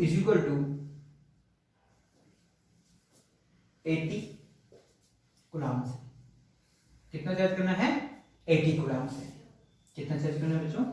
80 कूलम से। कितना चार्ज करना है? 80 कूलम से। तो मुझे बताओ कि मुझे इसमें कितने नंबर ऑफ इलेक्ट्रॉन ट्रांसफर करने पड़ेंगे, कितने नंबर ऑफ इलेक्ट्रॉन या कितने नंबर ऑफ आवेश को मैं इस पर स्थानांतरित करूं कि ये जो मेरी बॉडी है ये क्या हो जाए? 80 कूलम से चार्ज हो जाए। कितने नंबर ऑफ इलेक्ट्रॉन से इसको चार्ज करूं कि ये जो मेरी बॉडी है ये 80 कूलम से चार्ज हो जाए। ठीक है, तो कुल मिला के मुझे क्या निकालना है, क्यू दिया हुआ है 80 गुना इलेक्ट्रॉन पर आवेश आपको पता है, और मुझे क्या निकालना है, नंबर ऑफ इलेक्ट्रॉन निकालना है, एन निकालना है, पूर्णांकी गुणज निकालना है। करो देखे होता नहीं होता। अच्छा चलो ठीक है करते हैं। Q is equal to, apply कर दो direct, small n into e किया। अगर Q is equal to small n into e apply किया तो 80 coulomb is equal to n मुझे फाइंड करना है 1.6 इंटू 10 की पावर -19 मैंने यहाँ लिख दिया। इसको सोल्व कर सकता हूँ मैं इजीली, क्या मैं इसको सोल्व कर सकता हूँ भैया? अरे बोलो यार, बिल्कुल कर सकते हो sir. Small n is equal to 80 upon 1.6 into 10 की पावर -19। ये 10 की पावर -19 ऊपर जाके क्या बनाएगा, 10 की पावर +19, बिल्कुल बनाया। 80 अपॉन 1.6 इंटू 10 की पावर प्लस का 19 बनाया। यहां से ये पॉइंट हटाया और उसको सोल्व किया तो मेरे पास आंसर कितना है, 5 इंटू 10 की पावर 20, 5 इंटू 10 की पावर 20। अच्छा ये पूर्णांकी गुणज आ रहा है या नहीं आ रहा है? बिल्कुल पूर्णांकी गुणज आ रहा है। 5.4 5.3 इस तरीके से कुछ आ रहा है? नहीं सर, बिल्कुल एग्जैक्ट 5 आ रहा है। कह रहा है एग्जैक्ट 5 आ रहा है। अगर एग्जैक्ट 5 आ रहा है इसका मतलब क्या मैं इसे आवेशित कर सकता हूँ? बिल्कुल कर सकते हो, क्योंकि सर ये क्या है, एक पूर्णांकी गुणज मिल गया आपको। क्या मिल गया? ये एक पूर्णांकी गुणज मिल गया आपको। अगर ये पूर्णांकी गुणज मिल गया तो क्या मैं इसे आवेशित कर सकता हूँ? बिल्कुल आवेशित कर सकते हो। अच्छा 80 कूलम से आवेशित करने के लिए कितने नंबर ऑफ इलेक्ट्रॉन मुझे इसको देने पड़ेंगे? 5 इंटू 10 की पावर 20 आवेश जो है, इतने नंबर ऑफ आवेश मुझे इसे देने पड़ेंगे। अच्छा एक एग्जांपल और ले लेते हैं समझने के लिए यहाँ पे जनरली। अच्छा बच्चों इसी ब्लॉक को मुझे करना है Q is equal to 8 into, या 8 नहीं, अब ले लेता हूं 7 इंटू 10 की पावर ले लेते हैं -19, ओके 10 की पावर वापस -19 ले लेता हूं। Q is equal to 7 into 10 की पावर -19 कूलम से मुझे इसे चार्ज से आवेशित करना है। क्या करना है? 7 इंटू 10 की पावर -19 कूलम के चार्ज से मुझे इसे आवेशित करना है। अच्छा क्या मैं इसे आवेशित कर सकता हूँ? अगर कर सकता हूँ तो स्मॉल n फाइंड आउट करो, जरा करो। Q is equal to NE लगाया, बिल्कुल लगाया। 7 इंटू 10 की power -19 is equal to n into, ये e की जगह मैंने 1.6 इंटू 10 की पावर -19 पुट किया। जब इसे सोल्व किया तो ऐसा लिखूंगा 7 इंटू 10 की पावर -19 अपॉन 1.6 इंटू 10 की पावर -19 लिखा। -19 से -19 कट, तो आंसर क्या है? 7/6। ये पॉइंटों में आएगा बच्चों, बिल्कुल पॉइंट्स में आएगा। कितना आएगा? 1.16 कितना आया? 1.16। क्या अब n पूर्णांकी गुणज है? क्या n यहाँ पे पूर्णांकी गुणज है? क्या ये पूर्णांकी गुणज है? नहीं है, ये पूर्णांकी गुणज नहीं है। और अगर ये 1.16 आ रहा है तो 1.16 कूलम में कहां से लाऊंगा, या 1.16 इलेक्ट्रॉन कहां से लाऊंगा? एक इलेक्ट्रॉन ला सकता हूं, 2 इलेक्ट्रॉन ला सकता हूं, एक इलेक्ट्रॉन और आधा इलेक्ट्रॉन कहां से लाने बैठूंगा भाई?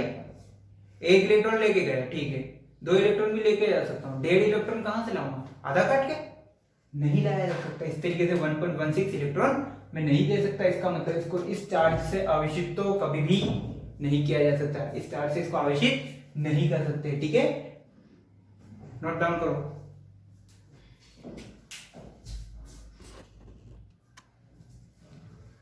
अच्छा आया समझ में क्वांटमीकरण किस तरीके से किया जा सकता है? कुल मिला के आवेश को हमेशा स्थानांतरित नहीं किया जा सकता। अगर आवेश इस तरीके से फॉर्म में 1.5 आवेश, 2, 2.5 आवेश, 3.5 आवेश, इस तरीके से आवेश को स्थानांतरित नहीं कर सकते। हाँ क्यों नहीं कर सकते? अरे भाई मैं किसी वस्तु को 1 इलेक्ट्रॉन दे सकता हूँ, 1 इलेक्ट्रॉन ले सकता हूँ। किसी भी वस्तु से 2 इलेक्ट्रॉन दे सकता हूँ, उससे 2 इलेक्ट्रॉन वापस ले सकता हूँ। लेकिन कभी ऐसा थोड़ी होता है कि 2.5 इलेक्ट्रॉन ले लिए, 3.5 इलेक्ट्रॉन दे दिए। ऐसा संभव है? नहीं है। क्यों? अरे भाई आधा इलेक्ट्रॉन कहां से काट के लाऊंगा यार? ठीक है, इस तरीके से क्वांटमाइजेशन है, यानी कि हमेशा जो चार्ज को आप ट्रांसफर करोगे वो इलेक्ट्रॉन के पूर्णांकी गुणज की फॉर्म में करोगे। कैसे करोगे? इलेक्ट्रॉन के पूर्णांकी गुणज के, यानी कि Ne की फॉर्म। इलेक्ट्रॉन का पूर्णांकी गुणज मतलब 1 इलेक्ट्रॉन, 2 इलेक्ट्रॉन, -1 इलेक्ट्रॉन, -2 इलेक्ट्रॉन, इस तरीके से आप उसे स्थानांतरित कर सकते हैं। ठीक है बच्चों, अब आखिरी और एक इंपॉर्टेंट गुण है इसका, वो है द्रव्यमान संबद्धता।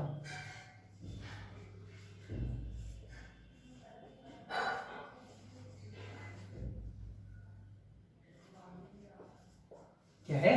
द्रव्यमान संबद्धता, यानी द्रव्यमान से किस तरीके से आवेश संबंधित है। ठीक है, यानी कि अगर देखा जाए तो आवेश और द्रव्यमान का आपस में क्या रिलेशन है। बच्चों मैंने आपको स्टार्टिंग में ही बताया है कि आवेश और द्रव्यमान में काफी सिमिलरिटीज भी हैं और काफी डिफरेंसेस भी हैं।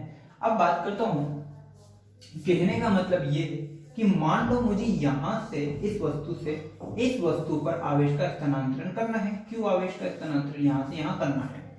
क्यों आवेश का स्थानांतरण यहां से यहां करना है? लेकिन क्या मैं आवेश को इसे हवा में छोड़ सकता हूँ? ले भाई डिपैच, कैच कर, ए ले भाई मैं आवेश को भेज रहा हूँ, ले कैच कर, ऐसे कर सकता हूँ? नहीं कर सकते। कुल मिला के आवेश को स्थानांतरित करने के लिए मुझे किसकी जरूरत पड़ेगी? द्रव्यमान की जरूरत पड़ेगी। किसकी जरूरत पड़ेगी? उस वस्तु के द्रव्यमान की आवश्यकता पड़ेगी। उस वस्तु के द्रव्यमान की आवश्यकता पड़ेगी। बोले तो स्मॉल एम, बोले तो यम, क्या स्मॉल यम, किसकी आवश्यकता पड़ेगी मुझे? द्रव्यमान की। अच्छा एक बात और कि बिना द्रव्यमान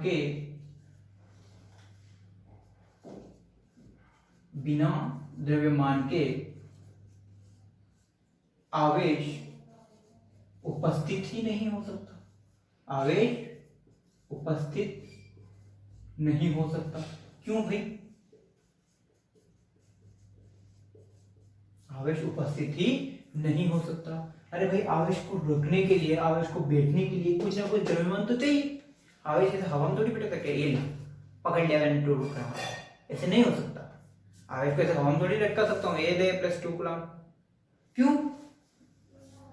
क्योंकि वहां पर आवेश को रुकने के लिए, आवेश को बैठने के लिए किसकी जरूरत पड़ेगी? द्रव्यमान की। लेकिन क्या द्रव्यमान जो है वो आवेश के बिना संभव है? देखो बिना द्रव्यमान के आवेश तो संभव नहीं है, यानी कि आवेश को कभी हमेशा किसी की जरूरत पड़ेगी? द्रव्यमान की जरूरत पड़ेगी। आवेश को हमेशा किसकी जरूरत पड़ेगी? द्रव्यमान की। लेकिन क्या द्रव्यमान को आवेश की जरूरत पड़ेगी? नहीं, ये जरूरी नहीं है, ये जरूरी नहीं है। द्रव्यमान आवेश के बिना रह भी सकता है और द्रव्यमान आवेश के साथ भी रह सकता है। आवेश के साथ भी संभव है और आवेश के बिना भी संभव है। आवेश के साथ तो सब समझ में आ गया कि द्रव्यमान जब मैं किसी भी आवेश को स्थानांतरित कर रहा हूं तो उसके साथ द्रव्यमान जा रहा है, तो समझ में आ गया कि द्रव्यमान आवेश के साथ रह सकता है। लेकिन आवेश के बिना कैसा एग्जांपल देने से? अच्छा सुन, मान ले ये मेरा, तू बिल्कुल कहना देख, अब ये जो वस्तु है इसका कुछ ना कुछ द्रव्यमान होगा, बिल्कुल होगा सर। अब मान ले इस पर कोई आवेश नहीं है, इस पर कोई आवेश नहीं है, इस पर Q जो है वो 0 है। Q क्या है? 0। अर्थात कहने मतलब इस पर पॉजिटिव और नेगेटिव चार्ज बराबर बराबर हिस्सों में बटे हुए हैं। अगर बराबर बराबर हिस्से में बटे हुए तो सिस्टम का पूरा नेट चार्ज कितना होगा? 0 होगा। अगर 0 है, लेकिन देख इसका मतलब, कहने का मतलब क्या कह रहा है तू? इस पूरे सिस्टम पर कोई चार्ज नहीं है, यही कह रहा है। यानी कि आवेश के बिना क्या द्रव्यमान संभव है? बिल्कुल है। ये खत्म। इसका मतलब एक बात ध्यान रखो कि आवेश जो है वो बिना द्रव्यमान के संभव नहीं है, लेकिन द्रव्यमान आवेश के बिना संभव है और आवेश के साथ भी संभव है।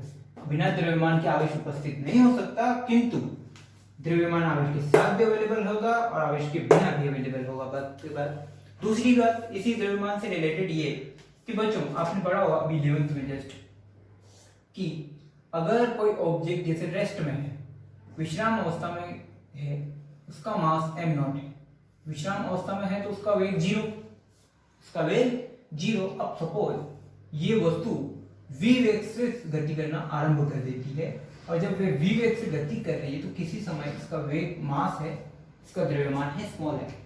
बात को समझिए, आपने पढ़ा होगा कि किसी भी वस्तु पर कोई भी वस्तु जब विश्राम अवस्था में है तो माना उसका द्रव्यमान m0 है और वो v वेग से गति कर रहे हैं तो किसी समय उसका द्रव्यमान स्मॉल m है। तो small m is given by m0 upon under root v1 plus v square upon c square. क्या वस्तु का द्रव्यमान उसके वेग पर निर्भर कर रहा है? क्या वस्तु का द्रव्यमान उसके वेग पर निर्भर कर रहा है? बिल्कुल कर रहा है। ठीक है, लेकिन इसके विपरीत आवेश वस्तु के वेग या चाल की बात कर लो, जो भी बात करने से हो, पर निर्भर नहीं करता। आवेश जो है वस्तु के वेग या चाल पर निर्भर नहीं करता। क्यों नहीं करता? क्योंकि आवेश क्या है? एक इंट्रिंसिक प्रॉपर्टी है, आई बात समझ में? ठीक है, यह है द्रव्यमान संबद्धता। अब छोटी छोटी बातें हैं जो बात करके खत्म करते हैं आवेश से रिलेटेड। ये नोट करो वीडियो पोस्ट करके। अच्छा बच्चों, अब बात करते हैं, थोड़ी सी जनरल बातें और कर लेते हैं जो हम स्टार्टिंग में छूट गई। वो है पहली बात, आवेश एक अदिश राशि है। क्या है? आवेश एक अदिश राशि है। भाई भौतिक राशि तो बता दिया सर, आपने ये नहीं बताया कि वेक्टर है या स्केलर, बोले तो सदिश है या अदिश। तो आवेश एक अदिश राशि है।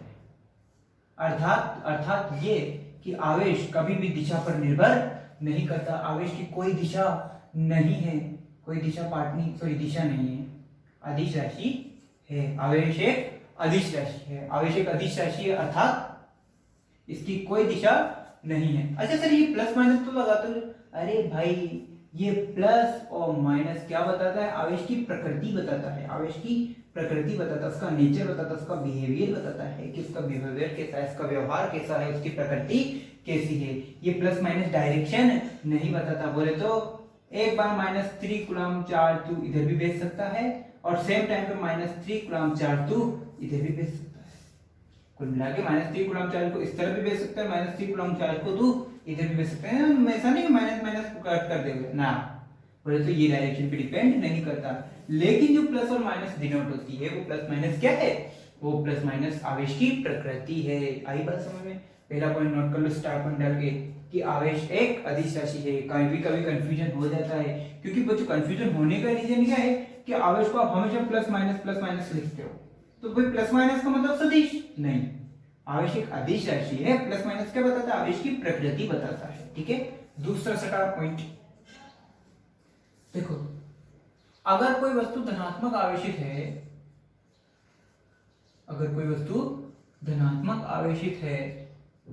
अर्थात नंबर ऑफ इलेक्ट्रॉन उसमें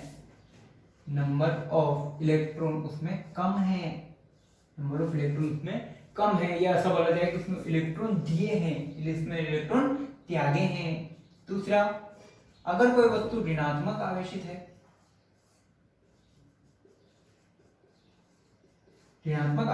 अर्थात उसमें नंबर ऑफ इलेक्ट्रॉन ज्यादा है, यानी कि उसने किसी से इलेक्ट्रॉन लिए हैं। आने दो बोले तो अगर नंबर ऑफ प्रोटॉन या positive charge is greater than number of electron, तो क्या होगा? धनात्मक आवेश होगा। अगर number of proton is less than number of electron, तो क्या होगा? ऋणात्मक आवेश होगा। अगर मान लो कभी कभी प्रेम में पड़ के इन दोनों को प्यार हो गया और इन दोनों में नंबर ऑफ प्रोटॉन और नंबर ऑफ इलेक्ट्रॉन बराबर हो गए, क्या हो गए? दोनों बराबर हो गए, अर्थात धनात्मक आवेश और ऋणात्मक आवेश दोनों की संख्या क्या हो गई? बराबर। तो ये जो काम है वो न्यूट्रल काम हो जाएगा। क्या हो जाएगा? न्यूट्रल। तो जो नेट चार्ज है, जो क्यू नेट है, कुल आवेश है, वो कितना हो जाएगा सिस्टम पर? 0 हो जाएगा। यानी कि आप ऐसा बोल सकते हो कि वस्तु फिलहाल क्या है? अनावेशित है। लेकिन अनावेशित का मतलब ये नहीं कि उसमें चार्ज नहीं है। अनावेशित का मतलब उस पर ये नहीं कि चार्ज नहीं, चार्ज तो है पर बराबर मात्रा में है। चार्ज तो है पर बराबर मात्रा में है। पॉजिटिव चार्ज भी है उतना ही है और नेगेटिव चार्ज भी उतना ही है। नोट डाउन करो। इसके बाद अपन नेक्स्ट टॉपिक आते हैं, कूलॉम का नियम।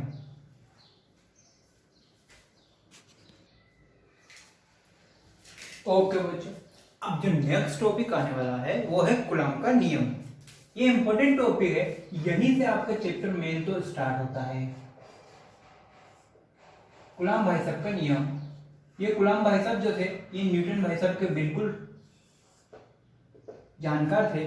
कूलॉम का नियम और न्यूटन का नियम लगभग सेम है। अच्छा सर, ये न्यूटन कहां से आया? बात समझाता हूँ, सुनो बात को पहले। अच्छा कुछ बात सुन रहे हो? तो बिल्कुल सुन रहे हो सर, आप बोलो तो सही। मान लो कि ये एक चार्ज है, ऐसा ऐसा बिल्कुल ब्लैक, ठीक है। इस पर चार्ज पर आवेश है Q, प्लस मान लो माइनस मान लो, जो भी मान लो, फिलहाल Q1 मान लेते हैं। प्लस है माइनस वो मुझे नहीं पता, ठीक है सर। पता करने की जरूरत भी क्या है, अगर दोनों प्लस हुए या माइनस हुए तो एक दूसरे को प्रतिकर्षित करेंगे। अगर एक प्लस एक माइनस हुआ तो एक दूसरे को आकर्षित करेंगे, उसमें प्लस उसमें जाने के बाद कोई बात नहीं, बहुत बढ़िया समझदार बच्चा हो गया तू। और दूसरा आवेश है Q2, दूसरा आवेश है Q2। और सोचो बच्चों, अगर ये प्रतिकर्षित करे या आकर्षित करे, जो भी करे, लेकिन क्या ये एक दूसरे से दूरी बनाए हुए हैं? क्या इन दोनों के बीच में दूरियां कायम हैं? बिल्कुल। अगर इन दोनों के बीच में दूरियां कायम हैं तो फिर भी ये एक दूसरे को अट्रैक्ट करेंगे, रिपेल करेंगे, दो जो भी करेंगे। लेकिन क्या एक दूसरे पर फोर्स लगा रहे हैं? और हाँ सर, दूर बैठे हैं फिर भी फोर्स लगा रहे हैं, दूर बैठे हैं फिर भी क्या लगा रहे हैं? उन पर बल लगा रहे हैं। और बल लगा रहे हैं तो ये Q1 जो है इस Q2 पर इस तरीके से बल लगा रहा होगा, F21 2 पर 1 के द्वारा। ये जो Q1 है, ये जो Q2 है, ये Q1 पर इस तरीके से फोर्स लगा रहा होगा। मान लो फिलहाल रिपेल कर रहे हैं, फिलहाल मान लेते हैं दोनों रिपेल कर रहे हैं, तो इस तरीके से लगा रहा होगा। मान लो इन दोनों के बीच की जो दूरी है वो मैं नापने गया, मेजर करने गया, और वो जो दूरी आई है वो कितनी आई है? Small r. कितनी आई है? Small are. दो प्लेन के बीच में दूरियां बढ़ा दी सर आपने, थैंक यू, बहुत खतरनाक हो। थैंक यू भाई। तो इन दोनों के बीच में दूरी कितनी है? Small r. तो गुलाम भाई साहब क्या बोले मुझे कान में जाके, मुझे ये बोले गुलाम भाई साहब कि इन दोनों के बीच में लगने वाला बल, अच्छा इन दोनों के बीच में कौन सा बल लगेगा? सर आप क्या पढ़ रहे हो? मैंने कहा स्थिर विद्युत की। तो जो बल लगेगा वो कौन सा बोलेगा? स्थिर विद्युत बल। क्या बोलोगे? स्थिर विद्युत की बल। बोले तो इलेक्ट्रोस्टैटिक फोर्स। क्या बोलोगे? Electrostatic force. क्या बोलोगे? स्थिर विद्युत की बल, स्थिर विद्युत की बल। इंग्लिश में पढ़ोगे तो इलेक्ट्रोस्टैटिक फोर्स। तो उन्होंने कहा कि इन दोनों चार्ज के बीच में जो लगने वाला बल है, चाहे वो आकर्षित बल हो या प्रतिकर्षण बल हो, उससे फिलहाल मेरे को कोई काम नहीं है। अरे आकर्षण कब होगा? जब दोनों अपोजिट चार्ज। प्रतिकर्षण कब होगा? जब दोनों सेम चार्ज होंगे। तो उसमें क्या दिक्कत वाली बात है यार? तो उन्होंने कहा कि इन दोनों के बीच में जो लगने वाला बल है वो उन दोनों आवेशों के गुणज के, वो उन दोनों आवेशों के गुणज के समानुपाती होता है, अर्थात Q1 इंटू Q2 के डायरेक्टली प्रोपोर्शनल। दूसरी बात, वो उन दोनों के बीच की दूरी के वर्ग के व्युत्क्रमानुपाती भी होता है। उन दोनों आवेशों के गुणज के समानुपाती, आवेशों के गुणज के समानुपाती होता है, ठीक है। दूसरी बात, आवेशों के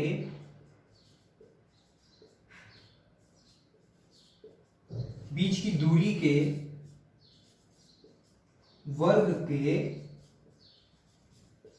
व्युत्क्रमानुपाती, आवेशों के बीच की दूरी के वर्ग के व्युत्क्रमानुपाती भी होता है, अर्थात inversely proportional to square, r square, ठीक है। अच्छा बच्चों ठीक है। दूसरी बात उसने एक बात और बोली कि ये जो तो बल है ये किस पर डिपेंड करता है? माध्यम पर भी डिपेंड करता है। ये किस पर डिपेंड करता है? माध्यम पर भी निर्भर करता है। अलग अलग माध्यमों के लिए अलग अलग बल होगा, माध्यम पर भी निर्भर करता है। वो तो बात ठीक थी सर। अब आगे क्या बोला वो? उसने बोला कि ये दोनों अलग अलग लिखे हुए, तो क्या इन दोनों को सेम लिख लो? ये दोनों टर्म अलग अलग लिखी हुई तो मैं इन दोनों को ऐसे एक साथ लिख लेता हूँ। बोला तो नहीं मानोगे? सर नहीं मानेंगे। Q1 Q2 upon r square. Very good. ऐसे लिख लिया भाई, ये दोनों अलग अलग लिखे हुए थे, इन दोनों को अलग अलग हटा दिया। अच्छा बच्चों, अब बात करना क्या है कि बच्चों डायरेक्टली प्रोपोर्शनल हटाऊं और इक्वल टू लगाऊं। मैंने क्या किया? डायरेक्टली प्रोपोर्शनल हटाया और क्या लगाया? इक्वल टू का साइन लगाया। तो डायरेक्टली प्रोपोर्शनल हटा के इक्वल टू लगाऊं तो हमेशा एक क्या आता है? कांस्टेंट साथ में आता है। क्या आता है? कांस्टेंट साथ में आता है। और के क्या है? एक कांस्टेंट है, या ऐसा बोलूं स्थिरांक है। एक नियतांक वो है, स्थिरांक है, कि स्थिरांक है, और ये किस पर डिपेंड कर रहा है, माध्यम पर। ये वाली जो बात बोली ना उन्होंने कि माध्यम पर भी निर्भर कर रहा है, वो माध्यम कहां से आया, इस k से डिनोट करेंगे, ठीक है। अब k की वैल्यू, ये स्थिरांक है तो इसकी वैल्यू फिक्स होगी, इसकी वैल्यू थी 9 × 10⁹, इसकी वैल्यू कितनी थी, 9 × 10⁹। किसके लिए, हवा के लिए या वायु के लिए या निर्वात के लिए, निर्वात के लिए बात करो या वायु वाले माध्यम के लिए बात करो, दोनों में इसकी वैल्यू कितनी होती है, 9 × 10⁹। अच्छा, ये तो इसकी यूनिट मैग्नीट्यूड आ गया। अच्छा, इसका यूनिट निकालो तो k की यूनिट निकालो, k की यूनिट निकाल सकते हो, ये फोर्स न्यूटन मीटर स्क्वायर बटे कूलम स्क्वायर, तो k की यूनिट क्या है, न्यूटन मीटर स्क्वायर बटे कूलम स्क्वायर। k की यूनिट कितनी है, न्यूटन मीटर स्क्वायर बटे कूलम स्क्वायर। ये आ गया बात k की। तो ये वाला जो फोर्स है, ये फोर्स क्या है, इसके नीचे लिख लेना, F इज स्थिर विद्युत की बल। एक क्या है, स्थिर विद्युत की बल, बोले तो इलेक्ट्रोस्टैटिक फोर्स, बोले तो BSF नहीं है, ESF है, इलेक्ट्रोस्टैटिक फोर्स, इलेक्ट्रोस्टैटिक फोर्स। और k की वैल्यू क्या है, 9 × 10⁹ मीटर, न्यूटन मीटर स्क्वायर पर centimetre square, sorry coulomb square, ठीक है। ये बात है आपके कूलम भाई साहब की। आगे बात समझ में, अरे बोलो यार, आई के लिए। अब बात करते हैं k के फॉर्मूले की। तो k डिपेंड करता है बच्चों, k की वैल्यू तो 9 × 10⁹ आ गई, बट k का फॉर्मूला है 1/4πε0। क्या है, 1/4πε0, ये है k का फॉर्मूला। इसको सोल्व किया तब जाके इसकी वैल्यू है 9 × 10⁹, ठीक है। अगर आपको बिलीव नहीं तो करके देख लेना। 12 एप्सिलॉन नॉट की वैल्यू है 8.85 × 10⁻⁻12, और इसकी एप्सिलॉन नॉट की यूनिट निकाल सकते हो, बिल्कुल निकाल सकते हैं। कैसे, k की यूनिट पता है, k की यूनिट पता है तो k की इनवर्स कर दो, k की उल्टी कर दो तो क्या हो जाएगा, उल्टी नहीं करना, k की यूनिट को उल्टा कर देना। k की यूनिट क्या है, coulomb sorry newton metre square per coulomb square, तो इसको इनवर्स कर दो तो एप्सिलॉन नॉट क्या जाएगी, तो इनवर्स करके क्या लिख सकते हो, coulomb square upon newton metre square, coulomb square upon newton metre square, ठीक है। ये हो गया एप्सिलॉन नॉट। अच्छा सर, ये तो एप्सिलॉन नॉट की वैल्यू हुई, एक्चुअली में एप्सिलॉन नॉट क्या है, तो एक्चुअली में एप्सिलॉन नॉट जो है वो है माध्यम की पारगम्यता,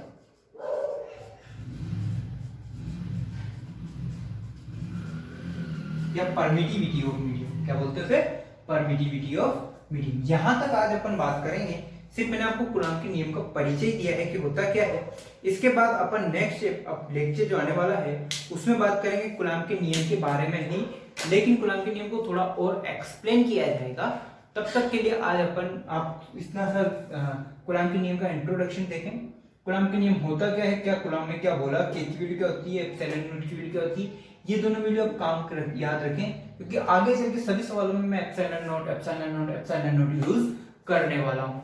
आगे लेक्चर में हम कूलम के नियम को थोड़ा और एलोबरेट करेंगे, वो डायरेक्शन के साथ में हम उसे पढ़ेंगे, क्योंकि फोर्स एक वेक्टर क्वांटिटी है, सदिश राशि है फोर्स बल। अब सदिश राशि है तो उसका मैग्नीट्यूड भी होगा, उसकी डायरेक्शन भी होगी, दिशा भी होगी उसकी, और जो दिशा होगी तो किस प्रकार से वो दिशा पर निर्भर करता है स्थिर विद्युत की बल, अपन उसके बारे में आगे पढ़ने वाले हैं, ठीक है। इसके बाद में अपन सिर्फ बल ही, स्थिर विद्युत की बल ही पढ़ेंगे, उसके अलावा और कुछ नहीं पढ़ेंगे, और उससे रिलेटेड कुछ प्रश्न हम करने वाले हैं, ठीक है। तब तक के लिए आज के लिए